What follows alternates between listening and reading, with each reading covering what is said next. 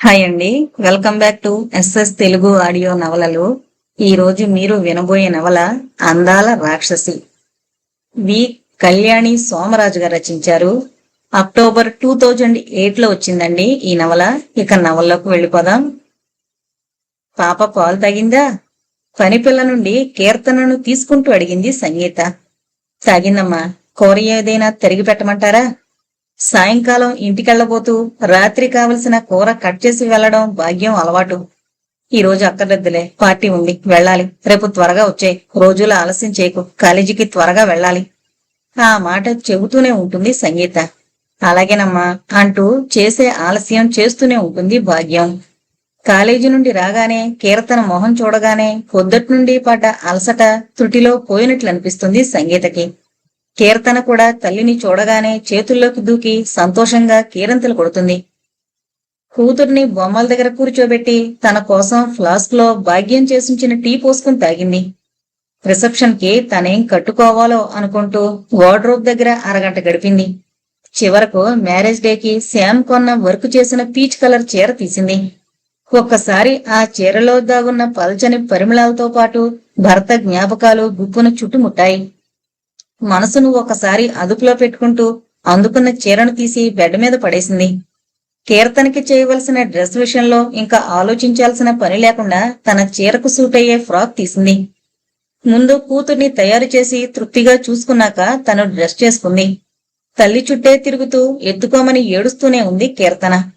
ఒక నిమిషం ఉండరా కన్నా అంటూ బుజ్జగిస్తూనే ఒక్కొక్క అలంకరణ చేసుకుంటూ 1-2 సార్లు నిలువుటద్దంలో తనను చూసుకుంటూ సంతృప్తి కలిగాకే కూతుర్ని అందుకుంది సంగీత. కారు పక్క సీట్లో కీర్తనని కూర్చోబెట్టి సీటు బెల్ట్ బిగించి ఆమె చేతికో బొమ్మిచ్చి తను డ్రైవింగ్ సీట్లో కూర్చుంది. సంగీత కూతుర్ని ఎత్తుకుని వెళ్లేసరికి రిసెప్షన్ మొదలైంది. అప్పటికే చాలా మంది వధూవరులను విష్ చేసి గిఫ్ట్స్ ఇచ్చి వేదిక దిగుతున్నారు. దినేష్ పెళ్లికొడుకు సూట్లో చాలా టీవీగా కనిపిస్తున్నాడు. అతనికంటే పెళ్లికూతురు మేకప్ లో మధురిమ ఇంకా అందంగా ఉంది. ఇద్దరూ సంగీత కొలీగ్స్ అవడంతో ఇద్దరికీ కలిపి మంచి గిఫ్ట్ తీసుకుంది సంగీత. హాయ్ మధు, దినేష్ కంటే నువ్వే అందంగా ఉన్నావు. తను తెచ్చిన గిఫ్ట్ ప్యాకెట్ ని ఇద్దరికీ అందిస్తూ నవ్వింది సంగీత. ఎంతైనా మీ ఆడవాళ్ళొక్కటే, సో నాది మంచి సెలక్షన్ అంటావు. దినేష్ మొహంలో కాస్తంత గర్వం. గీత, డిన్నర్ స్టార్ట్ అయినట్లుంది, భోజనం చేసి వెళ్ళు. మధురిమ చిన్నగా అంది. అలాగే, నేను చూసుకుంటానులే. అప్పటికి టేబుల్స్ అన్ని చాలా వరకు నిండిపోయాయి. తనొక్కతే ఒంటరిగా వచ్చింది. చాలా మటుకు అందరూ భర్తలతో వచ్చారు. ఇలాంటప్పుడే శ్యామ్ దగ్గర లేని లోటు స్పష్టంగా కనిపిస్తుంది. మా మధు మీ గురించి వర్రీ అవుతుంది, మీరు తింటున్నారో లేదో అని అంటూ చనువుగా ఒక యువతొచ్చి భుజం మీద చేయి వేయడంతో సంగీత చటుకున తిరిగి చూసింది. జుట్టు మెడల వరకు కట్ చేసి వదిలేసింది. మెడలో మెరుస్తున్న రవ్వల నెక్లెస్, నుదుటి మీద కుంకుమ బదులుగా ఎర్రని కెంపు, తెల్లని ఆమె మొహం ఆ కాంతుల మధ్య తళుక్కున మెరిసిన తారలా ఉంది. కుందన్స్ కుట్టిన కంచిపట్టు చీరను ఒకసారి సరిచేసుకుంటూ సంగీతనే చూస్తోంది. గుర్తొచ్చి రానట్లు ఏదో అస్పష్టమైన పోలికలు. ఎవరీమే? ఇద్దరిలో ఒకే రకం ప్రశ్న. నువ్వు జానకివి కదూ? ముందు ఆ కన్ఫ్యూజన్ నుండి బయటపడింది సంగీతే. వదినా, మీరు సంగీతే కదూ? ఈసారి ఆశ్చర్యం ఆమె వంతు. అవునన్నట్లు నవ్వుతూ తలాడించింది సంగీత. అన్నయ్య రాలేదా? మీ పాపే కదూ, ఏం పేరు? మా మధురిమ మీకెలా తెలుసు? జానకి ప్రశ్నల వర్షాన్ని కురిపించింది. ఆగాగు, ముందు ఇది చెప్పు, నువ్వేంటిక్కడ? మధురిమ నా కొలీగ్, క్లోజ్ ఫ్రెండ్. మరి నీకు? మా వారి కజిన్. అదిగో ఆ బ్లాక్ సూట్ వేసుకున్న ఆయనే నా భర్త. మేము స్టేట్స్ లో ఉంటున్నాం. ఇంకా ఏదో చెప్పాలని నోరు తెరిచింది జానకి. ఈలోగా 10 ఏళ్ల పిల్ల పరిగెత్తుకొచ్చి, వదినా, నిన్ను మీ అత్తగారు పిలుస్తున్నారు అంటూ పిలిచింది. నేను స్టేట్స్ వెళ్లేలోగా మీ ఇంటికొస్తాను, అప్పుడు తీరుబడిగా మాట్లాడుకుందాం. అన్నయ్యని అడిగానని చెప్పండి అంటూ ఆ పిల్ల వెనక పరుగులాంటి నడకతో వెళ్లిపోయింది జానకి. పార్టీ అయ్యాక ఒకసారి జానకి కోసం చూసింది, కాని ఎక్కడా కనిపించలేదు. కీర్తనని నిద్రపుచ్చాక పాత ఆల్బం తీసింది సంగీత. అందులో తను, శ్యామ్, జానకి వాళ్ల ఊరు వెళ్ళినప్పుడు తీసిన ఫోటోలున్నాయి. జానకి ఫోటో అది. కుంకుమ రంగు పరికిని ఒకవైపు సుతారంగా పట్టుకుని గాలికెగిరే ఓణిని మరో చేత్తో బిగించి సరుగుడు చెట్ల నీడలో సాయంకాలం నీరెండలో తీసిన ఫోటో అది. పల్లెటూరి అమాయకత్వం, ప్రపంచం తెలియని ముగ్ధత్వం, మూటగట్టుకుని నుంచున్నట్లుంది ఆనాటి ఆమె రూపం. పెళ్లికి ముందరే హనీమూన్ ఎక్కడికి వెళ్ళాలి అన్న ఆలోచన వచ్చింది శ్యామ్కి. ఏదైనా పల్లెటూరుకు వెళదాం అంది సంగీత. సీతమ్మ వారికి వనవాసం చెయ్యాలని కోరిక పుట్టినట్లు నీకేంటి వింత కోరిక నవ్వాడు శ్యామ్. ఏదో చంద్రమండలానికి నిచ్చెన వేసి ఎక్కించమన్నానా? పల్లెటూరు వెళదామన్నాను అంతేగా. నేనేదో నిన్ను కులు మనాలి, కొడైకెనాల్ ఇలా ప్లాన్ చేస్తున్నాను. అయినా ఏ వసతులు ఉండని పల్లెటూరు తీసుకువెళతాను. ఇంకెప్పుడు పల్లెటూరు అనకుండా. మొత్తానికి సంగీత పట్టుదల ఫలితంగా జానకి వాళ్ల ఊరు వెళ్లేలా చేసింది. ప్రయాణ వసతి పెద్దగా లేని ఆ ఊరికి వెళ్లడానికి శ్యామ్కి ఒళ్ళు హూనమైంది. సంగీత మాత్రం ఉల్లాసంగానే ఉంది ప్రయాణం అంతా. మా అమ్మకి పిన్ని కూతురు, అందరం దుర్గ పిన్ని అంటాం అంటూ ఇంటి గుమ్మంలో ఎదురైన నడివయసు ఆమెను పరిచయం చేశాడు శ్యామ్. అమ్మా నాన్న బాగున్నారా? నీ పెళ్లికి రాలేకపోయాం. చిన్నోడికి జ్వరం. ఆ అమ్మాయిని తీసుకొచ్చి మంచి పని చేశావు. నీతో సమానంగా చదివిందట కదా. ఈ పల్లెటూళ్ళు అవి మీకు నచ్చుతాయో లేదో అంటూ సంగీత వైపు తిరిగి నవ్వుతూ అంది దుర్గ. సంగీతకు పల్లెటూళ్ళు చూడాలని సరదా పిన్ని. సంగీత అత్తగారు తనకిచ్చి పంపిన పెళ్లి స్వీట్స్, భార్యాభర్తలకి కొత్త బట్టలు, అప్పటికప్పుడు సూట్ కేసు తీసి అవన్నీ దుర్గకిచ్చింది. ఇవన్నీ ఎందుకు, అక్కకి చేదస్తాం మొహమాటంగా తీసుకుంది దుర్గ. పిల్లలేరు పిన్ని. జానకి మంచినీళ్లకు వెళ్ళింది. చిన్నాడు మీ బాబాయ్తో పొలానికి వెళ్ళాడు. భోజనానికి ఆలస్యం అవుతుందంటూ అప్పటికప్పుడు పొంగించిన పాలతో కాఫీ కలిపి ఇద్దరికి ఇచ్చింది దుర్గ. దుర్గతో కబుర్లలో పడ్డాడు శ్యామ్. కాఫీ గ్లాసు తీసుకుని నిశ్శబ్దంగా పెరటి గుమ్మంలో నుంచుంది సంగీత. పెరడంతా ఒకవైపు పూల మొక్కలతో, మరొక వైపు కూర పాదులతో కళకళలాడుతోంది. పెరటి గోడ దాటి దృష్టి సారిస్తే పచ్చని పైరులే కనుచూపు మేర దాకా. ఊరి భద్రతను కాపాడ్డానికన్నట్లు చుట్టూ ఎత్తైన కొండలు. జానకి చాలా పెద్దదని వయ్యావే. శ్యామ్ ఎవరినో పలకరించడం విని సంగీత చూపు తిప్పింది. చంకలో బరువైన నీళ్ల బిందెతో అప్పుడే లోపలికొస్తోంది జానకి. ఇంటికొచ్చిన అతిథుల వంక చూసి చూడనట్లు చూసి బిందె మెల్లగా గట్టు మీద పెట్టింది. జానకిని చదివిస్తున్నారా పిన్ని? శ్యామ్ అడుగుతుంటే తల్లివంక చూసింది జానకి. చూసావుగా ఊరి వాలకం. 2 మైళ్ల దూరం వెళ్లాలి స్కూల్కి. అందులోనే ఇంటర్ వరకు ఉంది. అంతవరకే చదివించాం. ఇంక పై చదువులంటే మాటలా? పట్నాల్లో కాపురం పెట్టాలి. మీ బాబాయి ఈ నెల వదలడు. ఆయన్ని వదిలి నేను ఎక్కడికి వెళతాను? పెళ్లి చెయ్యాలి కదా ఎంత చదివినా. తల్లి మాటలకి జానకి మొహంలో కనిపించిన అశాంతి శ్యామ్ గ్రహించాడు. జానకి అక్కడున్న 2 రోజులు సంగీత వెనక నీడలా తిరిగింది. ఆమె చేసే ప్రతి పని ఆసక్తిగా చూస్తుండేది. అర్థం కాని విషయాలన్నీ అడిగి తెలుసుకునేది. వదినా, మా ఇల్లు చిన్నది, ఇబ్బందిగా ఉందా? ఆ రాత్రి సంగీత పక్కనే చాప పరుచుకుంటూ అడిగింది జానకి. మేము ఉండేది మహల్స్ కాదు, కాస్త పెద్దవి అంతే. సంగీత మనస్ఫూర్తిగా అంది. జానకి సంగీత బాగా నచ్చింది. వదిన బాగా చదువుకుందని తెలుసు, కాని ఇంత సంస్కారం ఉంటుందని ఆమె ఊహించలేదు. మర్నాడు పొద్దున్న భర్తని పొలానికి పంపి వీధి గుమ్మంలోనే నిలబడిన దుర్గనడిగాడు శ్యామ్. ఎలా ఉంది పిన్ని వ్యవసాయం? దుర్గ మాట్లాడకుండా వెనుతిరిగి వాల్చిన మంచం మీద కూర్చుంది. శ్యామ్ పక్కనే కూర్చున్నాడు. ఏంటి పిన్ని అలా ఉన్నావు? ఏం లేదు, వ్యవసాయం అంటేనే భయం వేస్తోంది. వర్షాలు సరైన టైంలో పడితే ఏ పాటలు ఉండవు. లేకపోతే పంట ఇంటికొచ్చేదాకా అనుమానమే. ఒంటి మీద నగలు తాకట్టు పెట్టుకుంటూ విడిపించుకుంటూ ఆదాయం మాట ఎలా ఉన్నా పిల్ల ఎదుగుతోంది. పెళ్లి చెయ్యాలి. మీ బాబాయికి మట్టి పిసుకోవడం తప్పించి మరో మాట తెలీదు. ముప్పొచ్చి ముంచినా తేల్చినా ఈ 4 ఎకరాల పొలం తప్ప మరో దారి లేదు. వాడినైనా చదివించాలనుంది, కాని వాడు తండ్రితో పాటే వ్యవసాయం వైపే వెళుతున్నాడు. చదువు అవ్వడం లేదు.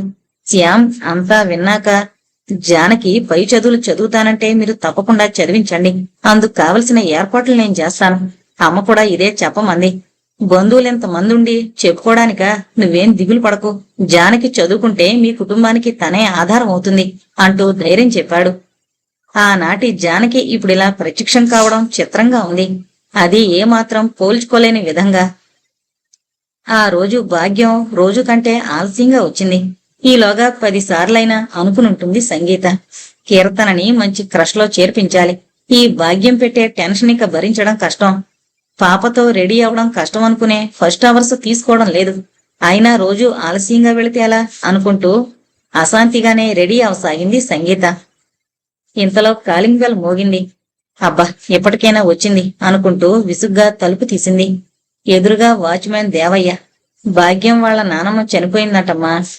ఇంకా 4-5 రోజులు పనిలోకి రాదట. వాళ్ళ చుట్టం ఎవరో చెప్పి వెళ్ళాడు. సంగీత అయోమయంగా చూసింది దేవయ్య వంక. అప్పటికప్పుడు సెలవు పెట్టడం కూడా కష్టమే.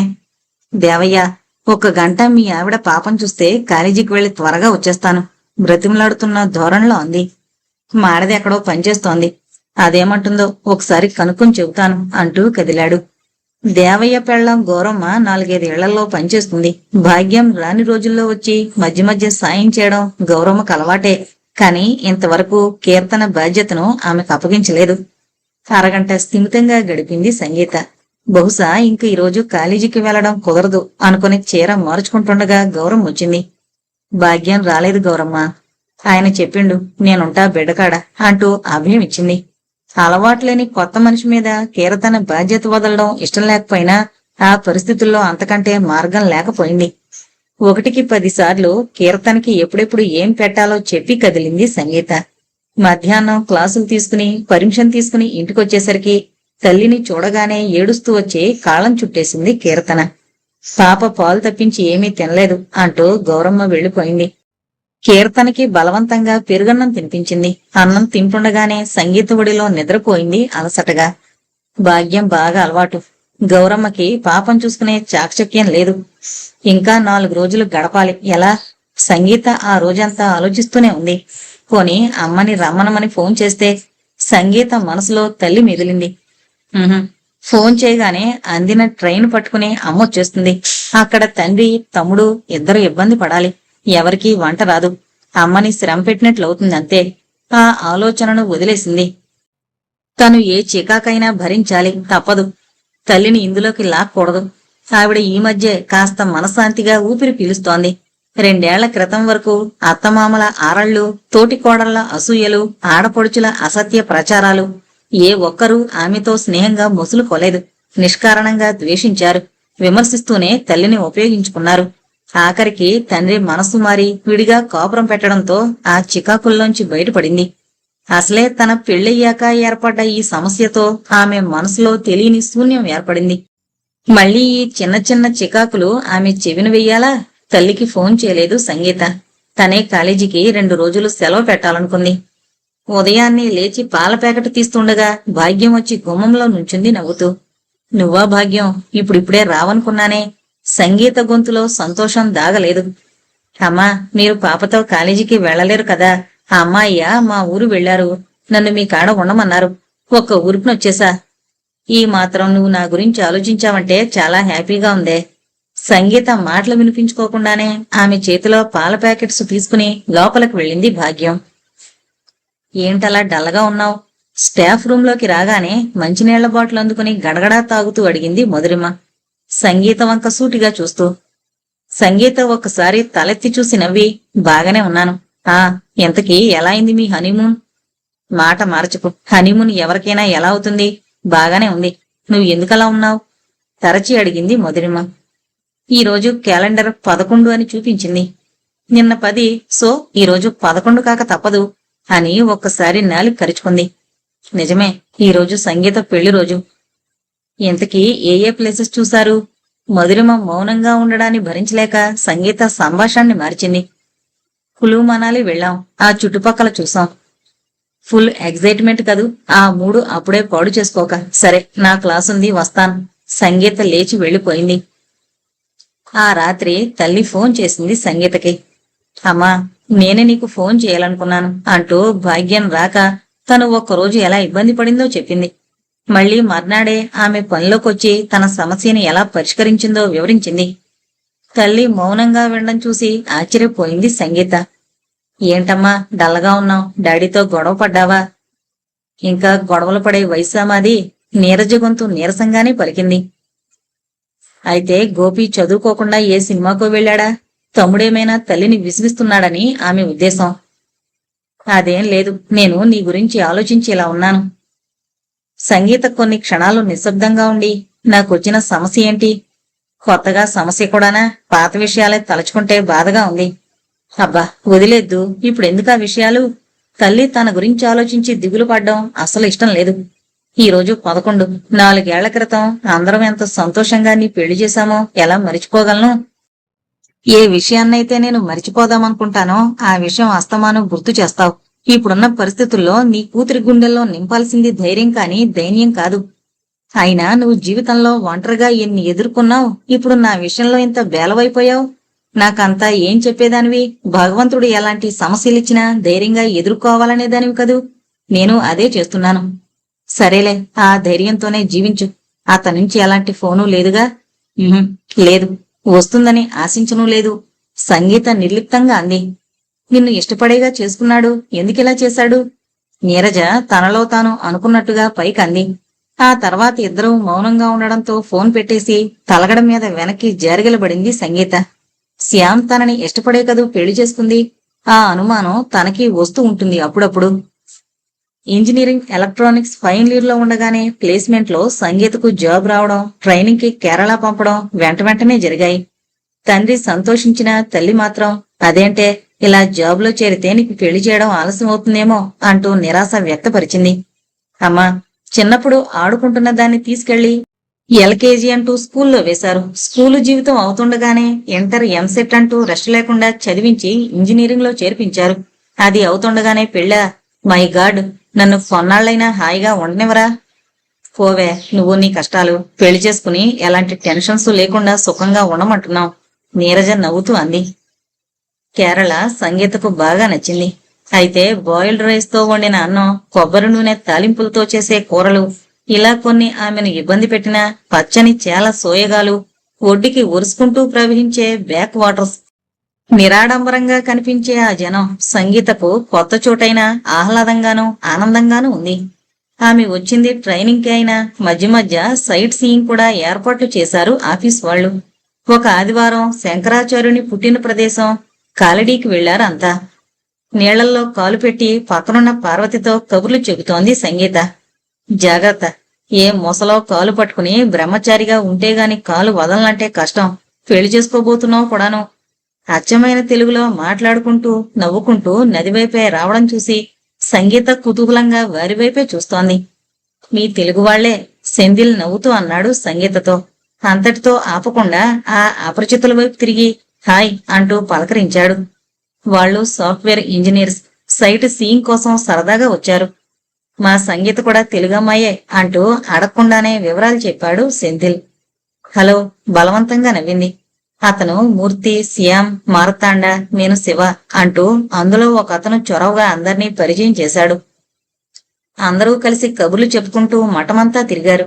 ఆ తర్వాత ఎవరి దారిని వాళ్ళు విడిపోయారు. ఆ మర్నాడే అదిరిపల్లి ఫాల్స్ చూడ్డానికి ప్లాన్ చేసుకున్నారు.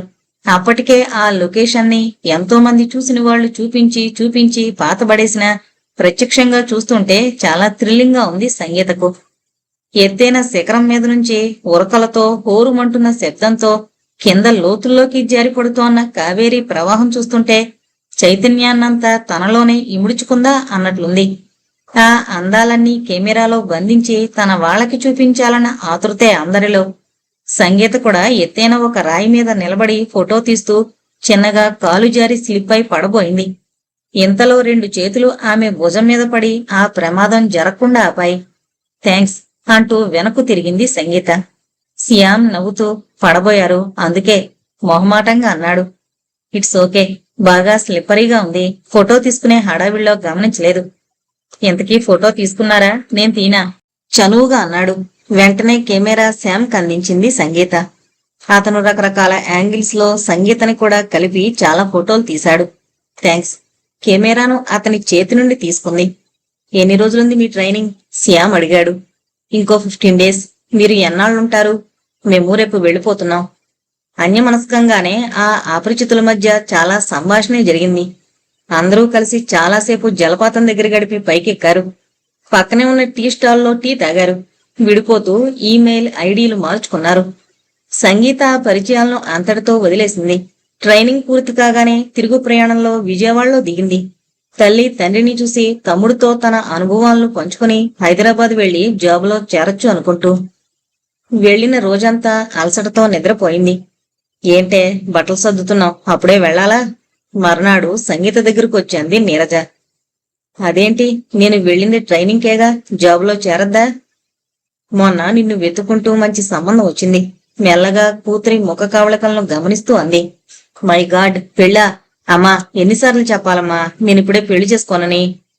అసలు ఎప్పుడు చేసుకోవాలనే నీ ఉద్దేశం? నిలదీసింది నీరజ. కనీసం 2 ఏళ్ల పాటైనా జాబ్ చేయాలి, డాడీకి మంచి కారు కొనాలి, నువ్వు కిచెన్ లో శ్రమ పడకుండా హోమ్ అప్లయన్సెస్ అన్నీ కొనాలి. ఇంకా తమ్ముడికి? ఇంకాపు. ఏదో సంసారాన్ని అంతా నువ్వే లాక్కు రావాలనుకుంటున్నావా? ఇప్పుడు మాకు కారు కంటే అల్లుడే అవసరం. ఏంటమ్మా, ఎవరైనా అబ్బాయిని చూసావా నా కోసం? సూట్ కేసు మూసేసి తల్లివంక చూస్తూ అంది సంగీత. మేము చూడకుండానే స్వయంగా ఆ రాకుమారుడే వచ్చాడు మన ఇల్లు వెతుక్కుంటూ. వాళ్ళది ఒంగోలు. అమ్మా నాన్న టీచింగ్ లైన్ లో ఉన్నారట. చెల్లికి పెళ్ళై దుబాయ్ వెళ్ళింది. స్వంతిల్లు, పొలం, బాగా వెల్ సెటిల్డ్ ఫ్యామిలీ అట. మా అందరికీ బాగా నచ్చాడు. మీ తమ్ముడికి అతని యాంబిషన్ నచ్చాయి. అయినా అతను నీకు తెలియనివాడు కాదుగా.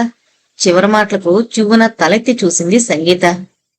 ఎవరమ్మా ఈ రాజకుమారుడు? పేరు లేదా? శ్యామ్ సుందరట. నీకు కేరళలో కనిపించుంటాడే. మీ పరిచయం అక్కడే అయిందన్నాడే.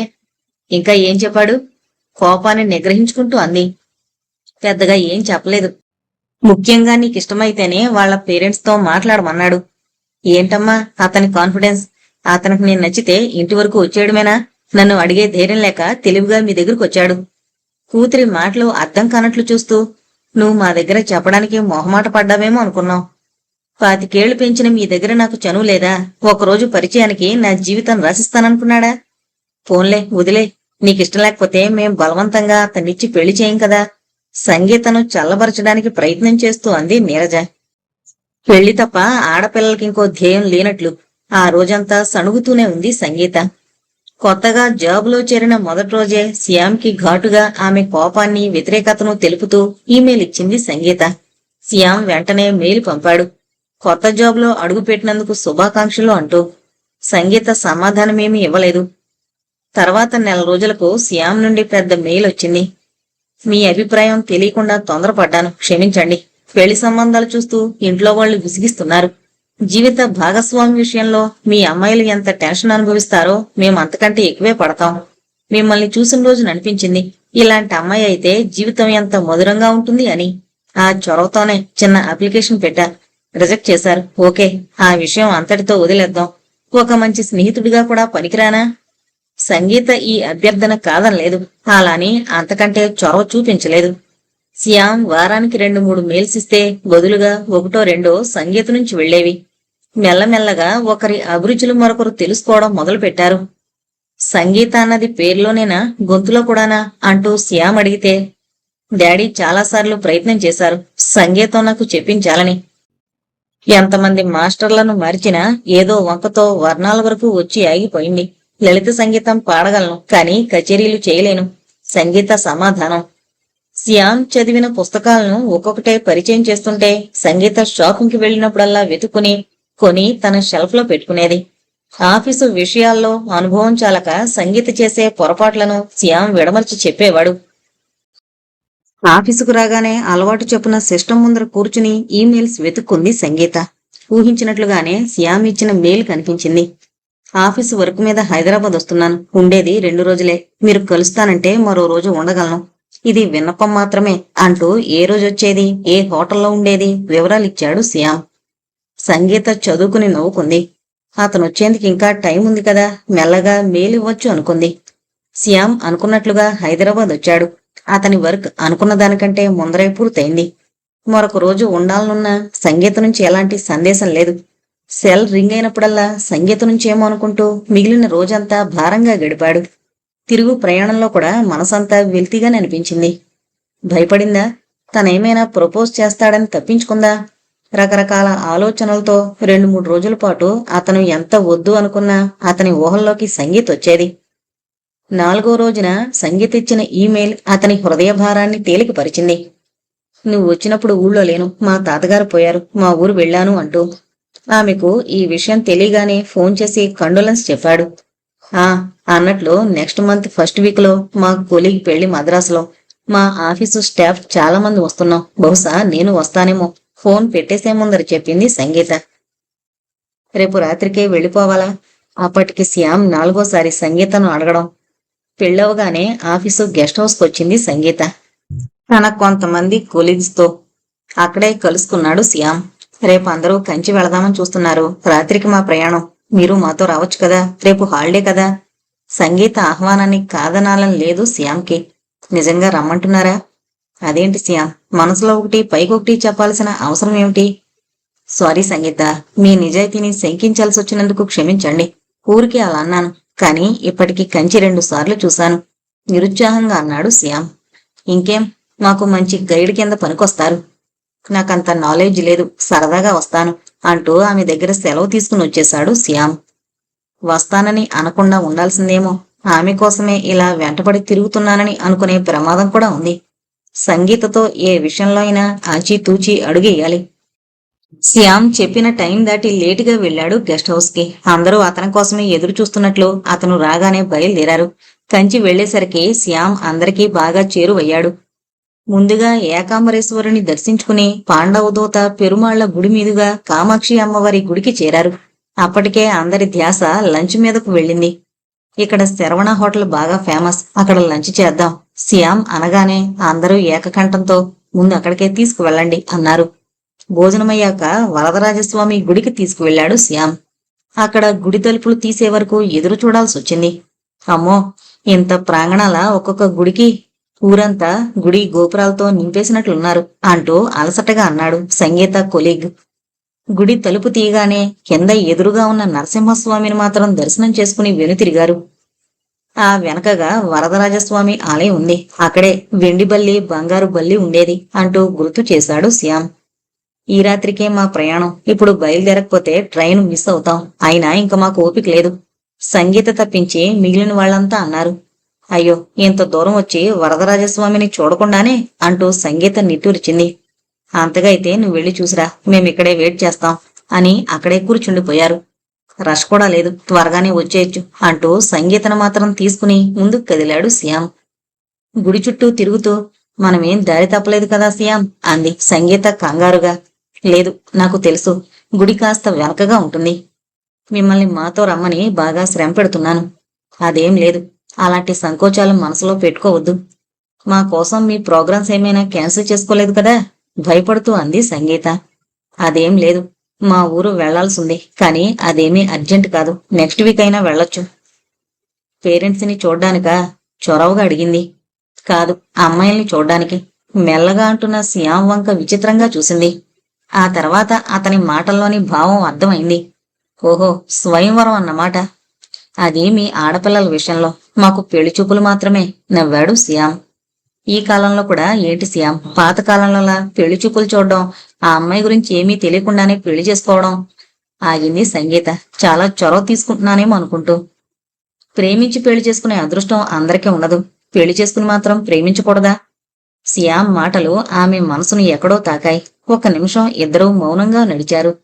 ఇంతకీ ఆ అమ్మాయి ఏం చేస్తుంది? ఏదో ఒకటి అడగాలన్నట్టు అంది సంగీత. అమ్మాయి కాదు, అమ్మాయిలు. అమ్మ వాళ్ళు 4 అమ్మాయిల్ని సెలెక్ట్ చేశారు. వారిలో ఎవరినైనా ఒకరిని ఎంచుకోవాలి. అందరూ మాస్టర్ డిగ్రీలే, ఉద్యోగాలు చేస్తున్న వాళ్లే. అంతటితో వరదరాజస్వామి గుడి రావడంతో సంభాషణ ఆగిపోయింది. శ్యామ్ చెప్పినట్లు వరదరాజస్వామి గుడిలో రష్ లేకపోవడంతో స్వామి తీరుబడిగానే దర్శనమిచ్చారు. ఈయన వరదహస్తం ఉన్న దేవుడు, ఏ కోరికలైనా తీరుస్తాడు అంటూ శ్యామ్ సంగీతకు మాత్రమే వినిపించేలా అన్నాడు. నాకేం కోరికలు లేవు. సర్వేజన సుఖినో భవంతు అంతే, అంతకంటే మించి ఏమీ లేవు. అటు తర్వాత బల్లుల్ని తాకే ప్రయత్నం కూడా అయ్యాక వెనుతిరిగారు శ్యామ్ సంగీతలు. మీకెవరూ ఐ లవ్ యూ చెప్పలేదా సంగీత? హఠాత్తుగా అడిగాడు శ్యామ్. సంగీత నవ్వింది. ఎందుకు చెప్పలేదు? 10th చదువుతుండగా ఒకడు చెప్పాడు. అతని సంగతి మా డాడీ చూసుకున్నారు. ఇంజనీరింగ్ ఫైనల్ ఇయర్ నా క్లాస్మేట్ ఒక అతను చెప్పాడు నవ్వుతూ అంది సంగీత. అతని సంగతి మీరు చూసారా? లేదు, అతనే నన్ను వద్దనుకున్నాడు నా అభిప్రాయాలు విని. అంత భయపెట్టే అభిప్రాయాలు ఏమున్నాయి మీకు? శ్యామ్ కుతూహలంగా అడిగాడు. అతనికి అమెరికా వెళ్లాలని విపరీతమైన కోరిక. అప్పటికే జిఆర్ఈలు, టోఫెల్ రాసి మంచి మార్కులు సంపాదించుకున్నాడు. నాకు అమెరికా అంటే ఇష్టం లేదు. నేను ఇండియాలోనే సెటిల్ అవుతానన్నాను, అంతే. మళ్ళీ నాకు కనిపించలేదు. అందరూ స్టేట్స్ వెళ్లాలని తెగ ఆరాటపడుతుంటే మీరెందుకంత అయిష్టం చూపిస్తున్నారు? నాకు చిన్నప్పటి నుంచి నా వాళ్ళు, నా ఇల్లు, నా రాష్ట్రం, నా దేశం అనే భావమే ఎక్కువ. మీరు ఇదంతా స్వార్థమన్నా కాదన్నం. చిన్నప్పుడు చదివిన స్కూల్ని వదిలేస్తాం. పొట్టైపోయాయని బట్టలను వదిలేస్తాం. చిన్నతనం నుండి మనతో కలిసిమెలిసి తిరిగిన స్నేహితులకు కూడా దూరం అవుతాం. కానీ బాల్యాన్ని భద్రంగా చూసుకుని వాళ్ళ కష్టంతో మనల్ని మంచి భవిష్యత్తు వైపు నడిపించే తల్లిదండ్రుల్ని అందరిలా వదిలేయగలమా? మనం ఆనందంగా ఉండాలనుకుని అహర్నిశలు ఆకాంక్షించే మన పెద్దవాళ్లను మనకేం పట్టనట్టు ఎక్కడో వదిలేసి సుఖంగా ఉండగలమా? సంగీత గొంతులో ఆవేశం చూసి శ్యామ్ నవ్వాడు. సారీ సంగీత, మీరు అనవసరంగా ఎమోషనల్ అయ్యేలా చేశానేమో అంటూ మాట మార్చాడు శ్యామ్. అనుకున్న దానికంటే అరగంట ముందరే గెస్ట్ హౌస్ కి చేరారు. శ్యామ్ వెళ్ళిపోబోతూ ఒక కవరు బయటకు తీశాడు. అప్పటికే అందరూ లోపలికి వెళ్లడంతో శ్యామ్ సంగీత మాత్రమే మిగిలారు వరండాలో. ఇందాక ఒక షాపులో కంచికి గుర్తుగా మీకు తీసుకున్నాను. మీకు నచ్చుతుందో లేదో, కానీ మీరు స్వీకరిస్తే సంతోషిస్తాను అంటూ చీర కవరు సంగీత చేతిలో పెట్టాడు శ్యామ్. ఇదేంటి, మీరు ఈ రోజంతా మాతో తిరిగిన ఈ అనుభూతి చాలదా? మళ్ళీ ఈ ఖరీదైన గిఫ్ట్ ఏంటి? ఇద్దరు స్నేహితుల మధ్య ఎలాంటి ఫార్మాలిటీస్ ఉండకూడదని నా అభిప్రాయం మొహమాటంగా అంది. మరీ ఎక్కువ ఆలోచించద్దు. మీరు నా పెళ్లికొస్తారుగా, అప్పుడు కట్టుకోండి. పెళ్లి కానుక అనుకోండి. అది ఇవ్వాల్సింది నేను. ఓకే, అప్పుడిద్దరు గాని. మరి సంభాషణ పెంచకుండా ప్యాకెట్ ఆమె చేతిలో ఉంచి వెళ్లిపోయాడు శ్యామ్. బ్యాగు సర్దుతూ కవర్ విప్పి చూసింది సంగీత. ముదురు నీలం నలుపు కలనేత చీరకు 2 వేళ్ల వెడల్పునున్న కంచిపట్టు చీర. ఆ చీర అరక్షణం పాటు ఆమె మనసులో భారంగా అనిపించింది. బాగా సన్నిహితుల దగ్గర కాని ఎప్పుడూ ఏమీ తీసుకునే అలవాటు ఆమెకు లేదు. ఈ కొద్దిపాటి స్నేహానికి ఇంత అమూల్యమైన కానుక అవసరమా? ఆ రాత్రి స్టేషన్కి శ్యామ్ వస్తాడేమో, చీర తిరిగిచ్చేద్దాం అన్న ఉద్దేశంతో బ్యాగులో పైనే సర్దింది. కాని అతను రాలేదు. ట్రైన్ కదిలే వరకు తలుపు దగ్గరే నిలబడి చూసింది. కాని అతని జాడ లేదు. ఏంటి, శ్యామ్ వస్తానన్నాడా? వెయిట్ చేస్తున్నావు? తనతో వచ్చిన త్రివేణి అడిగింది. అదేం లేదు, మ్యాగజైన్స్ ఏమైనా కొందామని అప్రయత్నంగా అబద్ధం చెప్పింది. చెన్నై నుంచి వచ్చిన వారం రోజుల తర్వాత కూడా శ్యామ్ నుంచి ఎలాంటి మెయిల్స్ రాకపోవడంతో సంగీత ఇచ్చింది మెయిల్. శ్యామ్, బిజీగా ఉన్నారా? ఏమైనా నేను మిమ్మల్ని కలుసుకోమని చెప్పకుండా ఉండాల్సింది. నాతో తిప్పి శ్రమ పెట్టడం కాకుండా ఖరీదైన కానుకిప్పించుకుని మీ చేత చాలా ఖర్చు పెట్టించాను అంటూ. దానికి శ్యామ్ వెంటనే సమాధానమిచ్చాడు. భగవంతుడు అమూల్యమైన కొన్ని సంఘటనలు ఇస్తాడు, అప్పుడప్పుడు గుర్తు చేసుకుంటూ హుషారుగా బ్రతకడానికి. అలాంటివే మీలాంటి మంచి స్నేహితులతో గడిపిన క్షణాలు. ఆ చీర గురించి ఎక్కువ ఆలోచించకండి. ఈ మధ్య వర్క్ పూర్తి చేయాల్సిన హడావిడిలో ఉన్నాను. చెప్పానుగా, మా పేరెంట్స్ నా పెళ్లి చేయాలని పట్టుదలగా ఉన్నారు. వాళ్ల కోరిక తీర్చాల్సిన బాధ్యత కూడా ఉంది. అందుకే లాంగ్ లీవ్ పెట్టి వెళదాం అనుకుంటున్నాను. మొత్తానికి శ్యామ్ పెళ్లి విషయంలో సీరియస్ గానే ఆలోచిస్తున్నాడు. అప్పుడే ఆమెకు రాత్రి తండ్రి తనతో అన్న విషయం గుర్తుకొచ్చింది. ఈ మధ్య నా చిన్ననాటి స్నేహితుడు కలిశాడు సంగీత. హైదరాబాదులో ఇల్లు కట్టుకుని సెటిల్ అయ్యాడట.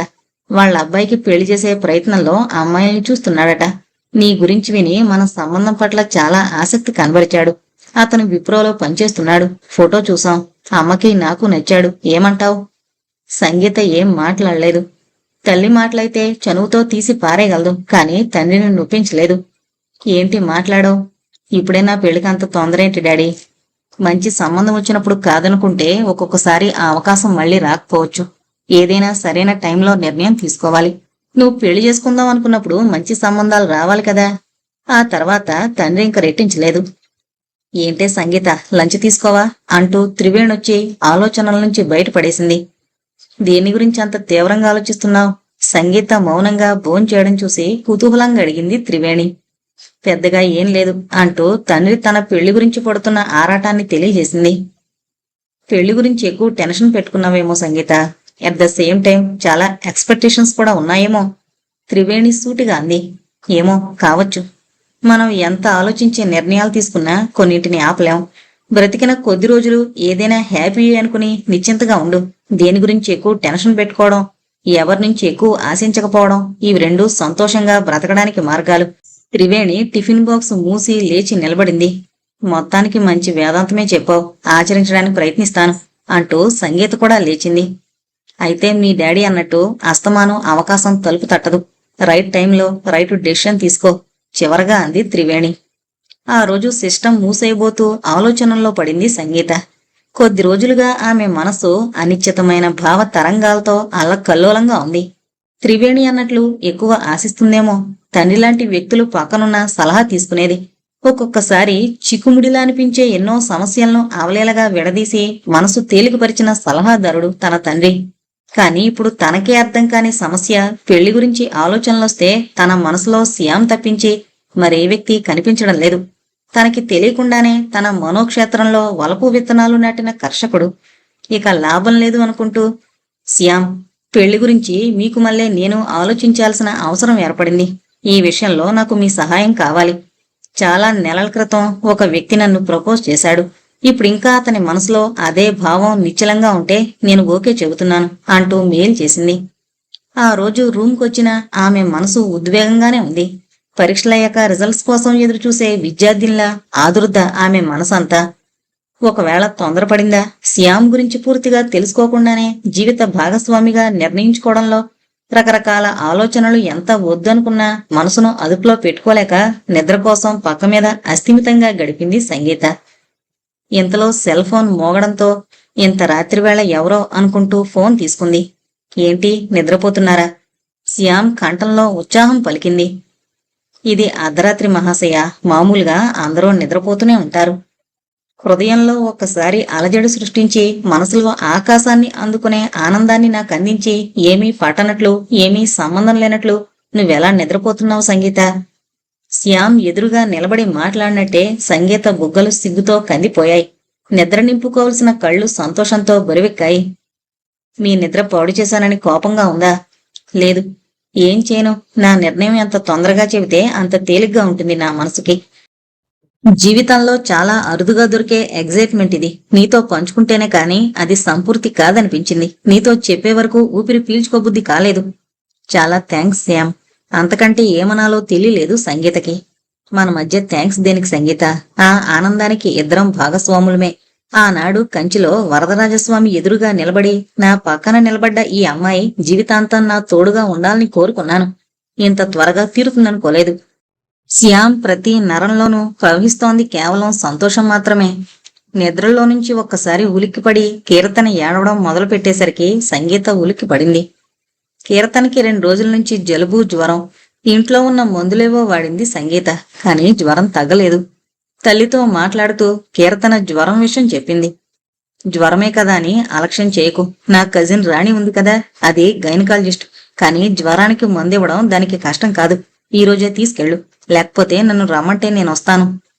చిన్న జ్వరానికి నువ్వు రావాలా? సర్లే, రాణత దగ్గరికే తీసుకువెళతాను. భాగ్యాన్ని ఇంటికి పంపి కీర్తనని తీసుకుని ఆటోలో బయలుదేరింది సంగీత. రాణి నీరజకి మామయ్య కూతురే. ఆమె గైనకాలజిస్ట్ గా సికింద్రాబాద్ లో ప్రాక్టీస్ చేస్తుంటే భర్త కాంట్రాక్టర్ గా లక్షలు సంపాదిస్తున్నాడు. రాణికి ఇద్దరే కూతుళ్ళు. పెద్దమ్మాయిని డొనేషన్ కట్టి మణిపాల్లో మెడిసిన్ చదివిస్తోంది. చిన్న కూతురు మాత్రం చదువు మీద శ్రద్ధ తక్కువ. ఎప్పుడూ ఫ్రెండ్స్, సినిమాలు, పిక్నిక్స్ అంటూ తల్లిని రకరకాల టెన్షన్స్ లో పెడుతూ ఉంటుంది. ఆటో హాస్పిటల్ ముందు ఆగగానే దిగి డబ్బులిచ్చి కీర్తనని ఎత్తుకుని లోపలకు నడిచింది. కింద పోర్షన్ అంతా హాస్పిటల్, పైభాగమంతా రెసిడెన్స్ చేసింది రాణి. తల్లితో 2-3 సార్లు అంతకు ముందొచ్చిన వైద్యం కోసం రావడం సంగీతకి ఇదే మొదటిసారి. హాస్పిటల్ అంతా రకరకాల పేషెంట్లతో హడావిడిగా ఉంది. చోట్రికం పేరు చెప్పుకుని లోపలికి వెళ్లిపోవచ్చో, మిగిలిన పేషెంట్స్ తో పాటు తను అక్కడే వరండాలో ఎదురు చూడాలో తన అవకాశం వచ్చే వరకు అర్థం కాక ఆలోచిస్తూ ఓ మూలగా నిలబడింది. 15 గంట తర్వాత తన వివరాలు అడుగుతున్న నర్సుతో తన పేరు చోట్రికం చెప్పి లోపలికి కబురు చేసింది. 5 నిమిషాల్లో రాణి కన్సల్టింగ్ రూమ్ లో నుంచి బయటకొచ్చి లోపలికి రావే సిల్లీ గర్ల్ అంటూ చేతులు జాపింది. సంగీత తేలిగ్గా నిట్టూరిచి లోపలికి వెళ్ళింది. ఏంటి అంత మొహమాటం నా దగ్గర? మీ అమ్మ కూడా అంతే, ప్రతిదానికి మొహమాట కొడుతుంది. ఎంతకీ ఎవరికి ప్రాబ్లం, నీకా? కాదత్తా, బేబీకి అంటూ కీర్తన జ్వరం గురించి చెప్పింది. సీజన్ మార్పు. ఎంతకీ ఏమైనా తాగిందా?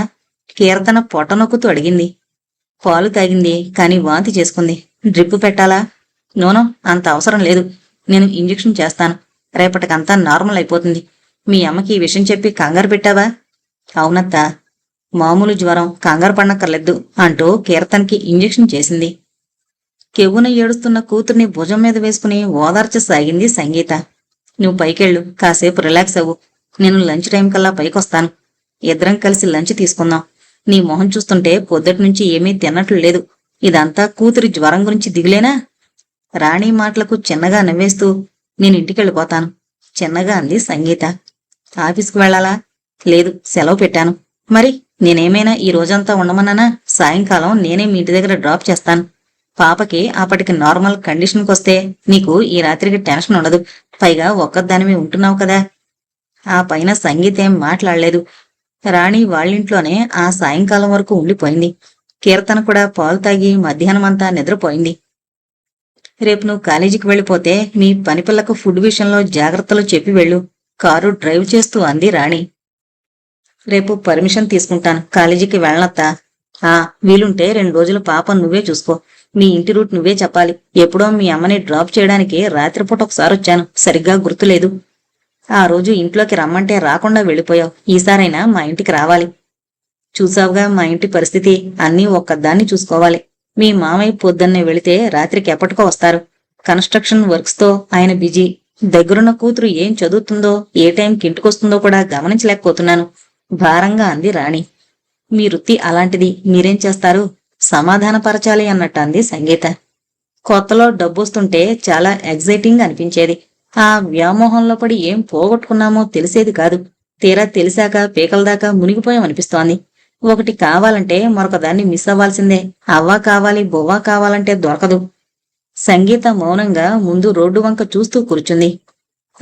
అన్నట్లు మీ అమ్మ ఏం చెప్పలేదా? పెద్ద గెట్ టుగెదర్ పెట్టాలని ప్లాన్ చేస్తున్నాం, మా కజిన్స్ అందరం. బహుశా వచ్చే నెలలో ఉండొచ్చు. సంగీత అర్థం కానట్లు చూసింది. మా బామ్మ తాతయ్యకి 3 అమ్మాయిలు 3 అబ్బాయిలు. మీ అమ్మ మా పెద్దత్త కూతురు. వేసవి సెలవులు ఇవ్వగానే అందరం తాతగారింట్లో కలుసుకుంటూ ఉండేవాళ్ళం. మా కజిన్స్ అందరం కలిసి 25 మంది వరకు ఉన్నాం. 10 మంది అమ్మాయిలం, 15 మంది అబ్బాయిలం. 2 ఈ లోకంలో లేరు. 4 అమెరికాలో సెటిల్ అయ్యారు. మిగిలిన వాళ్ళంతా ఇండియాలోనే తలో దిక్కులో ఉన్నారు. హైదరాబాద్లో ఎక్కువ మందే ఉన్నాం. అందుకని ఇక్కడే అందరం ఒకసారి కలుసుకోవాలని ప్లాన్ చేస్తున్నాం. అమెరికాలో ఉన్న వాళ్ళు డేట్ చెప్పగానే ఫంక్షన్ హాల్ బుక్ చేస్తాను. మీ అమ్మకి ఈ విషయం తెలుసు. చాలా బాగుందత్తా. అందరూ రాలేకపోయినా వచ్చిన వాళ్లే హ్యాపీగా గడపచ్చు. అదే నేను అనుకున్నాను. మధ్య మధ్య ఇలాంటి చిన్న చిన్న ఎంటర్టైన్మెంట్స్ లేకపోతే జీవితం చాలా డల్గా ఉంటుంది సంగీత. ఈసారి కూడా రాణి పైకొచ్చి సంగీత అపార్ట్మెంట్ చూడకుండానే వెళ్లిపోయింది. సారీ సంగీత, ఏమీ అనుకోవద్దు. పేషెంట్స్ నా కోసం ఎదురు చూస్తుంటారు. ఒక సండే మీ మామయ్యతో తీరుబడిగా వస్తాను అంటూ. సంగీత నవ్వి ఊరుకుంది. కీర్తనకి స్నానం చేయించి పాలు పట్టగానే అలసిపోయినట్లు నిద్రపోయింది. సంగీత మనసు కూడా తేలిగ్గా అనిపించింది.